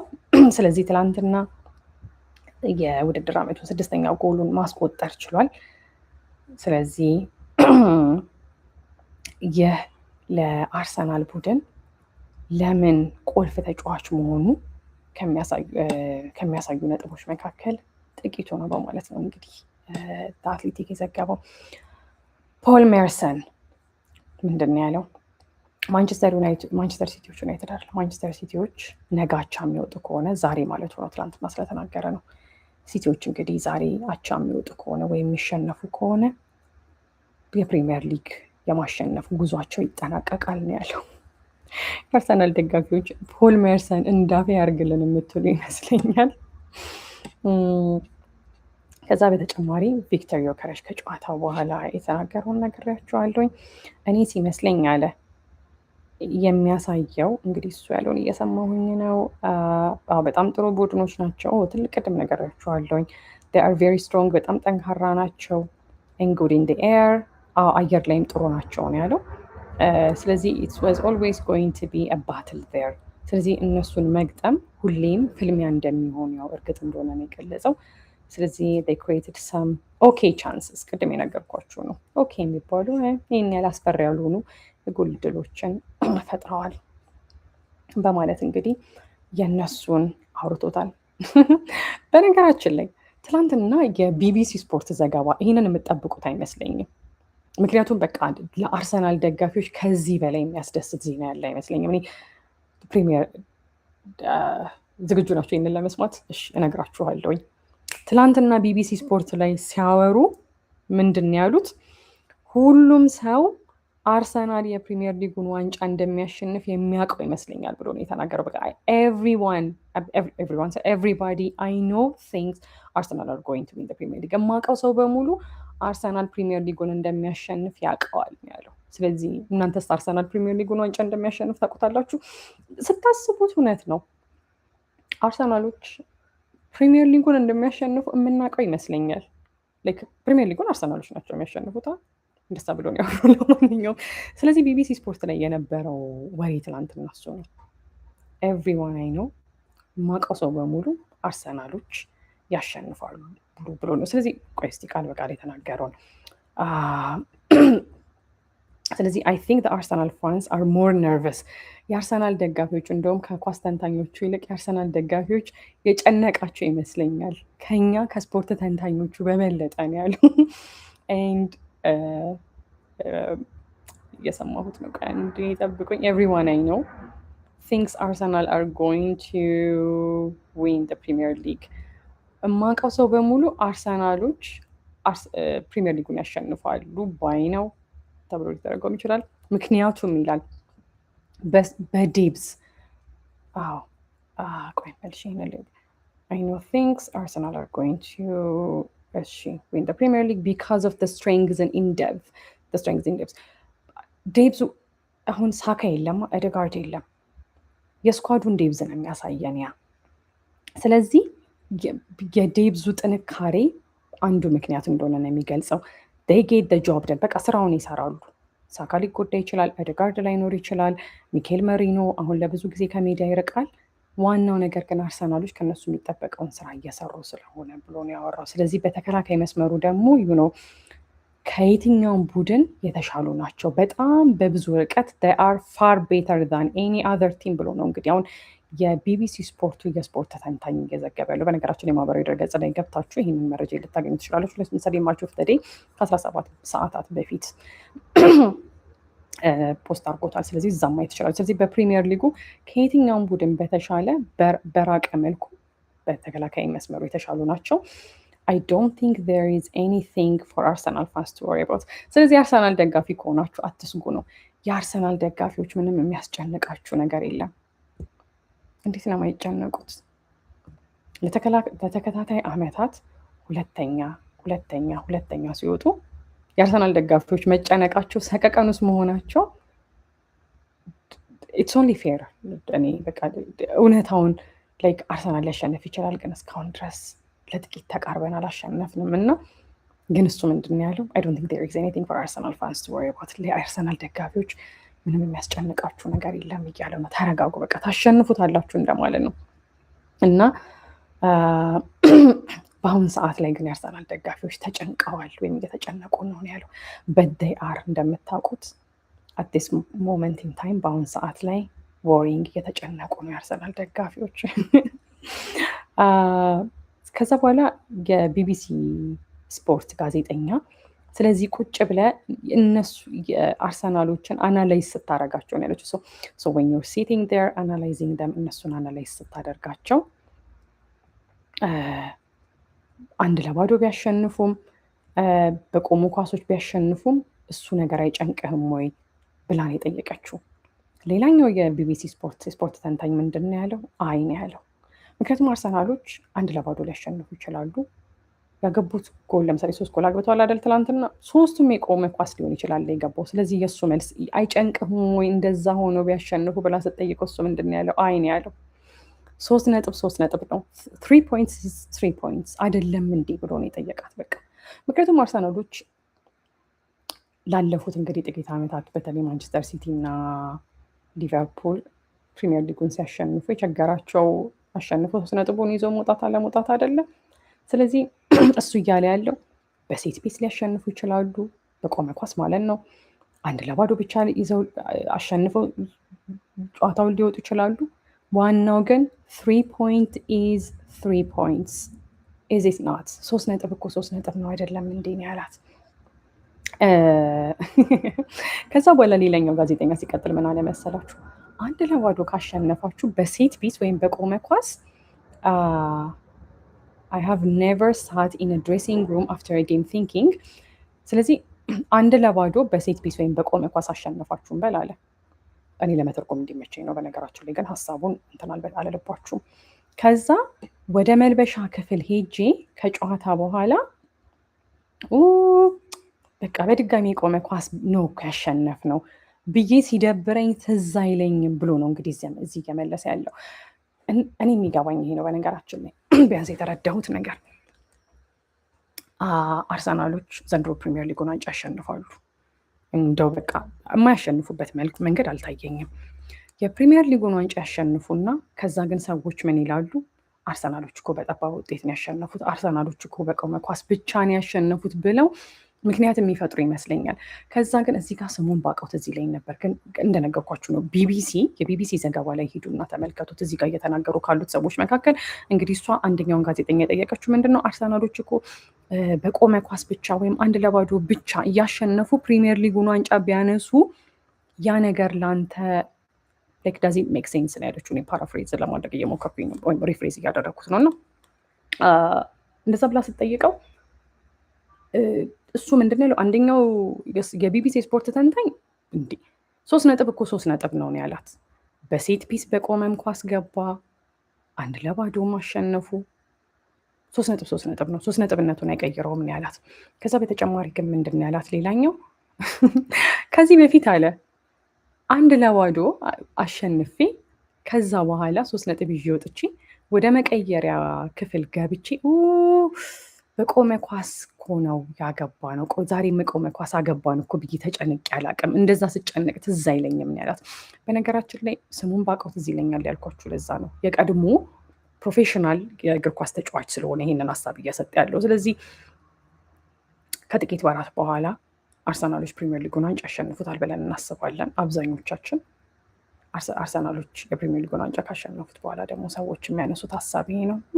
አርሰናሎች እኮ 1-0 እያሸነፉ ጥሩ ሳይጫወቱ የቆመ ኳስ ብቻ እያገቡን ያሸነፉት የሚሉ ሀሳቦች ሊመጡ ስለሚችሉ እንግዲህ አርሰናል ደጋፊ ከሆናችሁ ምናልባትም ራሳችሁን ለዛ ማዘጋጀት አለባችሁ። ከዛ በተጨማሪ ይቀጥላል። ስለዚህ ጋድ ዊ ሃቭ ስኮርድ ኦፍ ሴት ፒስ አጌን። በስማ በድጋሚ እኮ የቆመ ኳስ ነው ያገባ ነው። ብዬ ስጨነቅ ትዝ አይለኝም ነው ያለው። ስለዚህ የአርሰናሎችን ኃይለኛነት የአርሰናሎችን ምርጥ አቋም ላይ መሆን አርሰናል ዋንጫ የሚያሸንፍ ቡድን ሰርቶ አሁን እያሳየን መሆኑን እሱን ዲስክሬዲት ለማድረግ ወይም ያንን ዋጋ ለማሰጣት ወይም ደግሞ ቢያንስ ጋዜጠኞች አይደሉ እንግዲህ የመነጋገሪያ ነጥብ ፍለጋም ሊሆን ይችላል እንደዛ እያሉ ያሉት። ስለዚህ እሱ ሲቀጥሉ እንዴት ያናድዳል፣ ጨዋታውን አሸነፍን እኮ ብዬ እንደዛ ተጨንቄ አላውቅም። ሃው ዲስአፖይንቲንግ ዊ ዋን ደ ጌም፣ ጨዋታውን ማሸነፋችን እንዴት ያበሳጫል፣ ያሳዝናል ብዬ ተጨንቄ አላውቅም ምን ያለው። ምክንያቱም በድጋሚ 3 points ኢዝ 3 points፣ 3 ነጥቦች 3 ነጥብ ነው። በቃ 3 ነጥብ ነው። ስለዚህ ምንድን ነው በቀጣይነት የተናገሩት እንደዛ ሲል በሴት ፒስ ይግባ፣ ጨዋታዎችን 1-0 አሸንፋችሁ 3 ነጥብ ያዙ፣ ዋንጫ እስካነሳችሁ ድረስ ማንም ያንን አያስታውስም ብለው ነው የተናገሩት። በቃ ዋናው ዋንጫ ማሸነፋችሁ ነው። እሷ ነች በነገራችን ላይ መልሳ ያንን የተናገረችው። ኖ ዋን ሪሜምበርስ ዳት። በሴት ፒስ አሸነፋችሁ፣ 1-0 አሸንፋችሁ ዋንጫውን አሸነፋችሁ። ኖ ዋን ሪሜምበርስ ዳት ዌን ዩ አር ሊፍቲንግ ሲልቨር ዌር ራይት። አዎ ለነገሩ ማንም ሰው እኮ ዋንጫ ስታሸንፍ ያንን ያስታውሰውም አይደል ብላ ነው እንግዲህ ንግግሯን ያቆመችው ይህንን በተመለከተ። ስለዚህ ሁሉም ሰው ልቦናው አርሰናል እንደሚያሸንፍ ያወቀው ይመስላል እንበል እንግዲህ። ስለዚህ በነገራችን ላይ ወደ ሊቨርፑል እና ማንቸስተር ሲቲ ጨዋታ በምንሄድበት ጊዜ አርሊንግ ሃላንድ ከሊቨርፑል ጋር ማንቸስተር ሲቲዎች ባደረጉት ጨዋታ አንፊልድ ላይ ሄደው ባደረጉት 3 የመጨረሻ የፕሪሚየር ሊግ ጨዋታቸው ላይ ጎል ማስቆጠር አልቻለም። ስለዚህ ቅድም እንደነገርኳችሁ ለማንቸስተር ሲቲዎች ከባድ ከሆኑ ሜዳዎች መካከል አንዱ አንፊልድ ነው። ለነሱ ብቻ ሳይሆን ለሃላንድም ከባድ ነው። ከሊቨርፑል ጋር ባደረጓቸው የመጨረሻ 3 አንፊልድ ላይ በተደረጉ ጨዋታዎች የፕሪሚየር ሊግ ጨዋታዎች ኤርሊንግ ሃላንድ ጎሎችን ማስቆጠር አልቻለም። ከዛ በተጨማሪ ዋው በነገራችን እግር ኳስ ግን የሚገርም ነው። ምክንያቱም በድጋሚ የሲቢኤስ ስፖርት ስኮላዞ የስፖርት ተንታኞች ምንድን ነው ያሉት ስለ ቪክተር ዮከረስ ሲያወሩ ቪክተር ዮከረስ what he actually offers is way more than just a goal scorer። ለቡድኑ እያደረገ ያለው አስተዋጽኦ ከጎል አግቢነት በላይ ነው ያለው። በነገራችን ላይ ዴክላን ራይስ ከተወሰኑ ሳምንታት በፊት አሁን 1 ወር ከምናምን አይሆነውም 2 ወር ባይሆነው ምን ብሎ ተናግሮ ነበር ዴክላን ራይስ? ቪክተር ዮከረስ ጎል አለማግባቱን አትዩ ብሎ ነበር። ምክንያቱም እሱ የፊት መስመር ተጫዋች አይደለ እንግዲህ አዋርድ አሸናፊ እኮ ነው ቪክተር ዮከረስ ወደ አርሰናል ሲመጣ ወደ ፕሪሚየር ሊግ ሲመጣ ማለት ነው የአውሮፓ ምርጡ ጎል አግቢ ተብሎ እና ቪክተር ዮከረስ ጎል አለማግባቱን ብቻ አይደለም ማተኮር ያለብን። ሌሎቹ የተቀናቃኝ ቡድን ተጫዋቾች ወደ እሱ ጋር ሲሄዱ ለሌሎች ተጫዋቾች እድል እንደሚሰጥ ነበር ዴክላን ራይስ የተናገረው። ስለዚህ እዚህ ጋር 32 ጨዋታዎችን 32 አሁን 4 ሰዓት ሲሆን ይህን ቪዲዮ አቆመዋለሁ። 32 ጨዋታዎችን አድርጎ ለአርሰናል በዘንድሮው የውድድር ዓመት 13 ጎሎችን ማስቆጠር ችሏል። 2 ለጎል የሚሆኑ ኳሶችንም ማቀበል ችሏል ማለት ነው። ስለዚህ ለማንኛውም እነሱም የተስማሙበት ነገር ምንድን ነው? ለእሱ የሚገባውን ክብር ነው የሰጡት ነው የሚለው ይህ የሲቢኤስ ስፖርት ስኮላዞ ሪፖርት እና what he actually offers is way more than just a goalkeeper።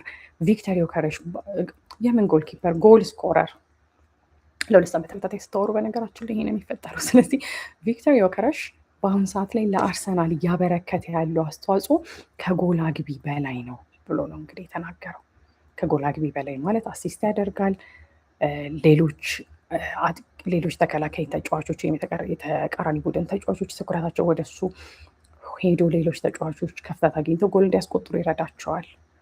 ስለዚህ በድጋሚ ስታን ስፖርት ፉትቦል ደግሞ ምንድን ነው ያለው? አርሰናል ናው ሃቭ አን አይረን ግሪፕ ኦን ዲስ ታይትል ሬስ። በቃ ባጭሩ አርሰናሎች ያንን የዋንጫ የማሸነፍ ጉዞ በደንብ በእጃቸው አጠንክረው እንደያዙት ነው የሚገልጸው። ስለዚህ የውድድር ዓመቱን ሌላኛውን ድላቸውን ማሳካታቸውን ነው አሁን እየዘገበ ያለው። በነገራችን ላይ ከአርሰናል እንውጣ በቃ። ዛሬ አርሰናል ምንድን ነው? አርሰናል አንደኛ ነው በ9 ነጥብ ፕሪሚየር ሊጉን እየመራ ነው። ሲቲዎች ሁለተኛ ናቸው። አስተን ቪላዎች አሉ። ዩናይትዶች 4ኛ ደረጃ ላይ ነው የሚገኙት። ማታ ላይ ደግሞ ሲቲ ከሊቨርፑል አንፊልድ ላይ ይጫወታሉ። ስለዚህ እሱን እንመለከተዋለን። ሌላኛው በስፖርቱ ዓለም አከራካሪ የነበረው ነገር ይህን ቪዲዮ በ7 ደቂቃ መጨረስ ስለምፈልግ ነው። በጣም ብዙ የዜና ምንጮች እየተነጋገሩ ካሉት ነገሮች አንጻር አንዱ ምን ነበረ? የክርስቲያኖ ሮናልዶ ስትራይክ ነው። ክርስቲያኖ ሮናልዶ አርብ ዕለት አልተጫወተም። ከዛ በፊትም አልናስር በነበረው ጨዋታ አልተጫወተም አይደለ? እና ትናንት ፌብሩዋሪ 6 ላይ ዛሬ 8 ነው በፈረንጆች። ለማንኛውም ካሪም ቤንዜማ ተጠይቆ ነበር። ወደ አልሂላል ሄዷል አይደለውን? ካሪም ቤንዜማ ምን ብሎ ነው የጠየቀው? አልኢቲሃድን ለምን ለቀቅ ሲባል ካሪም ቤንዜማ ስለ ጨዋታው ብቻ እናውራ፣ ስለዚህ ቡድን ጥሩ ስሜት ይሰማኛል በማንን የተናገረው። ስለዚህ እነሱን ጠይቃቸው፣ የአልኢቲሃድን ተጫዋቾች ጠይቃቸው ለምን እንደለቀኩኝ ነው ያለው።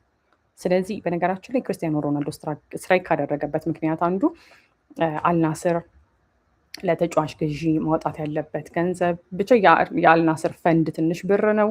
ከዛ በኋላ ደግሞ ለምሳሌ አልሂላል ደግሞ ብዙ ነው። ብቻ በሚወጣው ገንዘብ ነው። እና ለማንኛውም ካሪም ቤንዜማ አልኢቲሃድን ለምንድን ነው የለቀቀው? አስክ ኦል አልኢቲሃድ ፕሌየርስ፣ የአልኢቲሃድ ሁሉንም ተጫዋቾች ጠይቃቸው በማለት ነው እንግዲህ የጠየቀው እየተናገረው። ስለዚህ አሁን ክርስቲያኖ ሮናልዶ ቅጣት ይጠብቀዋል እየተባለ ነው። እሱን የምንመለከተው ነገር ነው የሚሆነው። ቼልሲዎች ትላንትና አሸንፈዋል 3-1። ኮል ፓልመር ደግሞ ሀትሪክ ሰርቷል። 2 ጎሎችን በፍጹም ቅጣት ምት 13ኛው እና 35ኛው ደቂቃ፣ ከዛ ደግሞ 38ኛው ደቂቃ ላይ ሀትሪኮን አስቆጥሯል ማለት ነው። ከዛ የኮል ፓልመር ፎቶ በስተግራ በኩል ይታያቸዋል። እሱን ፎቶ ኮል ፓልመር ፖስት አድርጎታል በማህበራዊ ድረገጹ ላይ ማለት ነው። ከዛ በኋላ ያንን ፎቶ እዛ ፎቶ ላይ አስተያየቱን የሰጠው የማንቸስተር ዩናይትዱ ካፕቴን ወይም ደግሞ አምበል ብሩኖ ፈርናንዴዝ ነው። ብሩኖ ፈርናንዴዝ ምንድን ያለው? ዋቴ ፕሌየር፣ ምን አይነት ተጫዋች ነው ብሎ ከዛ በኋላ ሄጄ የማጨብጨብ ኢሞጂ ወይም ደግሞ ምልክቷን አድርጓል ማለት ነው። ስለዚህ ኮል ፓልመር ትላንትና ሀትሪክ ሰርቷል፣ ወይም 3 ጎሎችን ለቼልሲ በማስቆጠር ቼልሲዎች እንዲያሸንፉ ረድቷቸዋል። ስለዚህ እሱም አለላችኋለሁኝ። ከዛ በተጨማሪ ሚኬል አርቴታ የተናገረውን ነግሬያችኋለሁኝ። ገነርስ ቪክተር ዮከረስ ደስተኛ ሰው ነው ብለው ነው እንግዲህ በማህበራዊ ድረገጻቸው ላይ ሌላ የጻፉት። ትናንትና ሌላኛው የቢቢሲ ስፖርት ዘጋቢዎች 4 ደቂቃ ስላለኝ እችን ልንገራችሁን ይህን ቪዲዮ አበቃለሁኝ። የቢቢሲ ስፖርት ተንታኞች ሲነጋገሩበት ከነበረው ነገር አንጻር የፔፕ ጋርዲዮላን ነው። ስለዚህ ምንድን ነው ያሉት? he never thought he would stay at Man City በማንቸስተር ሲቲ ቤት በፕሪሚየር ሊጉ ለ10 ዓመታት ይቆያል ብሎ አላሰበም ነበር ፔፕ ጋርዲዮላ ብለው ነው እንግዲህ እያወሩ ያሉት። ነገር ግን ያንን ያደረገው ብለው ነው እንግዲህ እየተነጋገሩ ያሉት። በማንቸስተር ሲቲ ቤት ቆይታውን በጣም በከፍተኛ ሁኔታ ስኬታማ ነበረ። አይ ቲንክ ታይም አሁን ያለበት ጊዜ ኢንትረስቲንግ ነው ወይም ትኩረትን የሚስብ ነው። ምክንያቱም ሌሎች ስሞችን እየሰማህ ነው በማንቸስተር ሲቲ ቤት ብሎ ነው እንግዲህ አሁን የቢቢሲ ስፖርት ተንታኝ ገለጽ ያለው። ዣቢ አሎንሶ፣ ሴስክ ፋብሪጋዝ፣ ኤንዞ ማሬስካ፣ እነዚህ ሁሉ ሰዎች ያው በአሁን ሰዓት ላይ ወጣ ገባ ብለዋል። ኢን ኤንድ አራውንድ ዴር እና የሆነ ሰዓት ላይ የወደፊቱን ማሰብ ይጠበቅብሃል እና ኤንድ ኢፍ ዩ ወር ቱ ሊቭ የምትሄድ ከሆነ ደግሞ ዋው። ስለዚህ ሜቢ እንደ ቢቢሲ ስፖርት ተንታኞች ዘገባ ከሆነ ለማንቸስተር እኔ ራሴ ማንቸስተር ሲቲን ከፔፕ ጋርዲዮላ ውጭ ማሰብ ትንሽ ይከብደኛል። ስለዚህ ምናልባትም ፔፕ ጋርዲዮላን በማንቸስተር ሲቲ ቤት ሜቢ በቀጣይ ዓመት ላናየው እንችላለን፣ አላውቅም። ስለዚህ ለማንኛውም 10 ዓመት ያህል በማንቸስተር ሲቲ ቤት በፕሪሚየር ሊጉ ቆያለሁ ብሎ አስቦ እንዳልነበረ ነው እነሱ እየተነጋገሩ ያሉት። ስለዚህ ዋናው ጥያቄ ግን ምንድን ነው? እቺን ብቻ እነግራችኋለሁ። 2 ደቂቃ ነው የቀረኝ። 4 ሰዓት ላይ የማቋረጤን ቪዲዮ ሀሳብ ስላለኝ ስለዚህ እነሱ ደግሞ በስካይ ስፖርት ነው አይደል ያልኳችሁ። የስካይ ስፖርት የስፖርት ተንታኝ ለምሳሌ አንዱ ምንድን ነው ያለው? ከ2 ሳምንታት በፊት ተናግሬው ነበረ። ፔፕ ጋርዲዮላ በቀጣዩ የውድድር ዓመት እዚህ ይቆያል ነው ያለው። ፔፕ ጋርዲዮላ ዊል ቢ ሂር ኔክስት ሲዝን በማለት ነው የተናገረው። ስለዚህ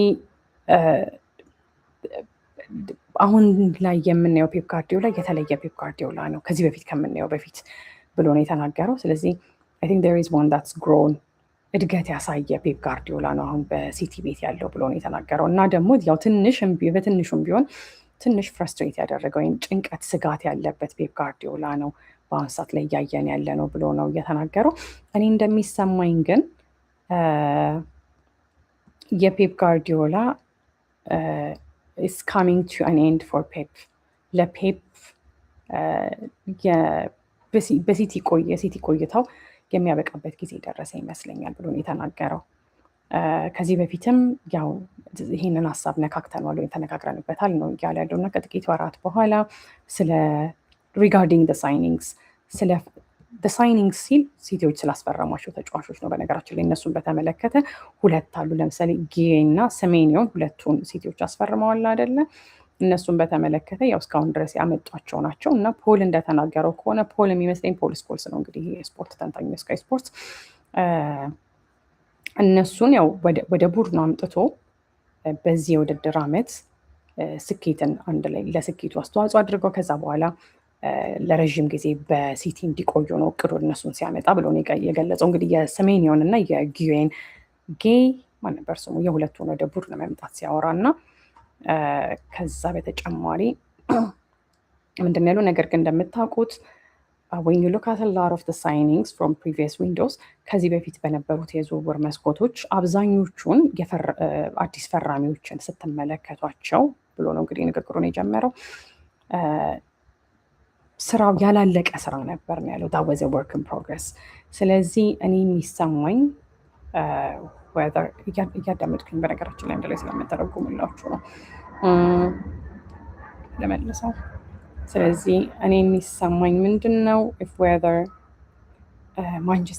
ማንቸስተር ሲቲዎች በዛ መንገድ ወይም በዛ መስመር መጓዝ መፈለግ አለመፈለጋቸው ነው ብሎ ነው የተናገረው። ስለዚህ ሂጎ ቪያና ስፖርቲንግ ዳይሬክተሩም ያው ወደ ቡድኑ መጥቷል፣ ወደ ማንቸስተር ሲቲ መምጣቱን ነው የሚገልጸው። ስለዚህ አይን ለአይን እየተያዩ መሆናቸውን እሱን አላቅም። ነገር ግን ከውጭ ሆነን ስንመለከተው የምናየው ነገር ማንቸስተር ሲቲ እንደ ቡድን might have a different view of where they want to take things ነገሮችን ወዴት መውሰድ እንዳለባቸው የተለየ እይታ ያላቸው ነው የሚመስለው ማንቸስተር ሲቲዎች እንደ ቡድን ብሎ ነው የተናገረው። ነገር ግን ወደ ፔፕ ሲመጣ በፔፕ there is no doubt ምንም አይነት ጥርጥር የለውም that he wants success right now በአሁን ሰዓት ላይ ስኬት እንደሚፈልግ ፔፕ ጋርዲዮላ ምንም ጥርጥር የለውም። እናም ያ የፔፕ አመለካከት ደግሞ ትክክለኛው ነው ብሎ ነው ያሰበው ብሎ ነው የተናገረው። ነገር ግን ሲል you also got I've got to look at ስለዚህ ማንቸስተር ዩናይትድ you also got Man City have got to look after themselves long term as well።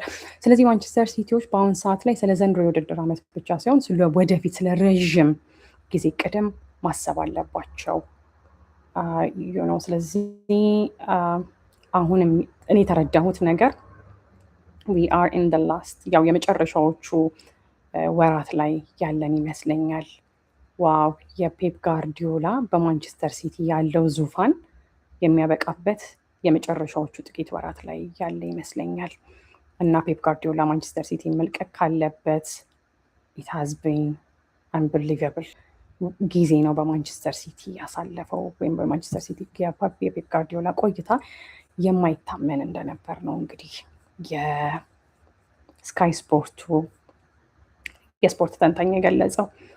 ስለዚህ ፔፕ ጋርዲዮላ will be here ኦኬ። ስለዚህ በነገራችን ላይ ቀደማው ከዚህ ከ2 ሳምንት በፊት እንደተናገርኩት ፔፕ ጋርዲዮላ በሚቀጥለው የውድድር ዓመት የሚኖር አይመስለኝም ብሎ ነው የተናገረው።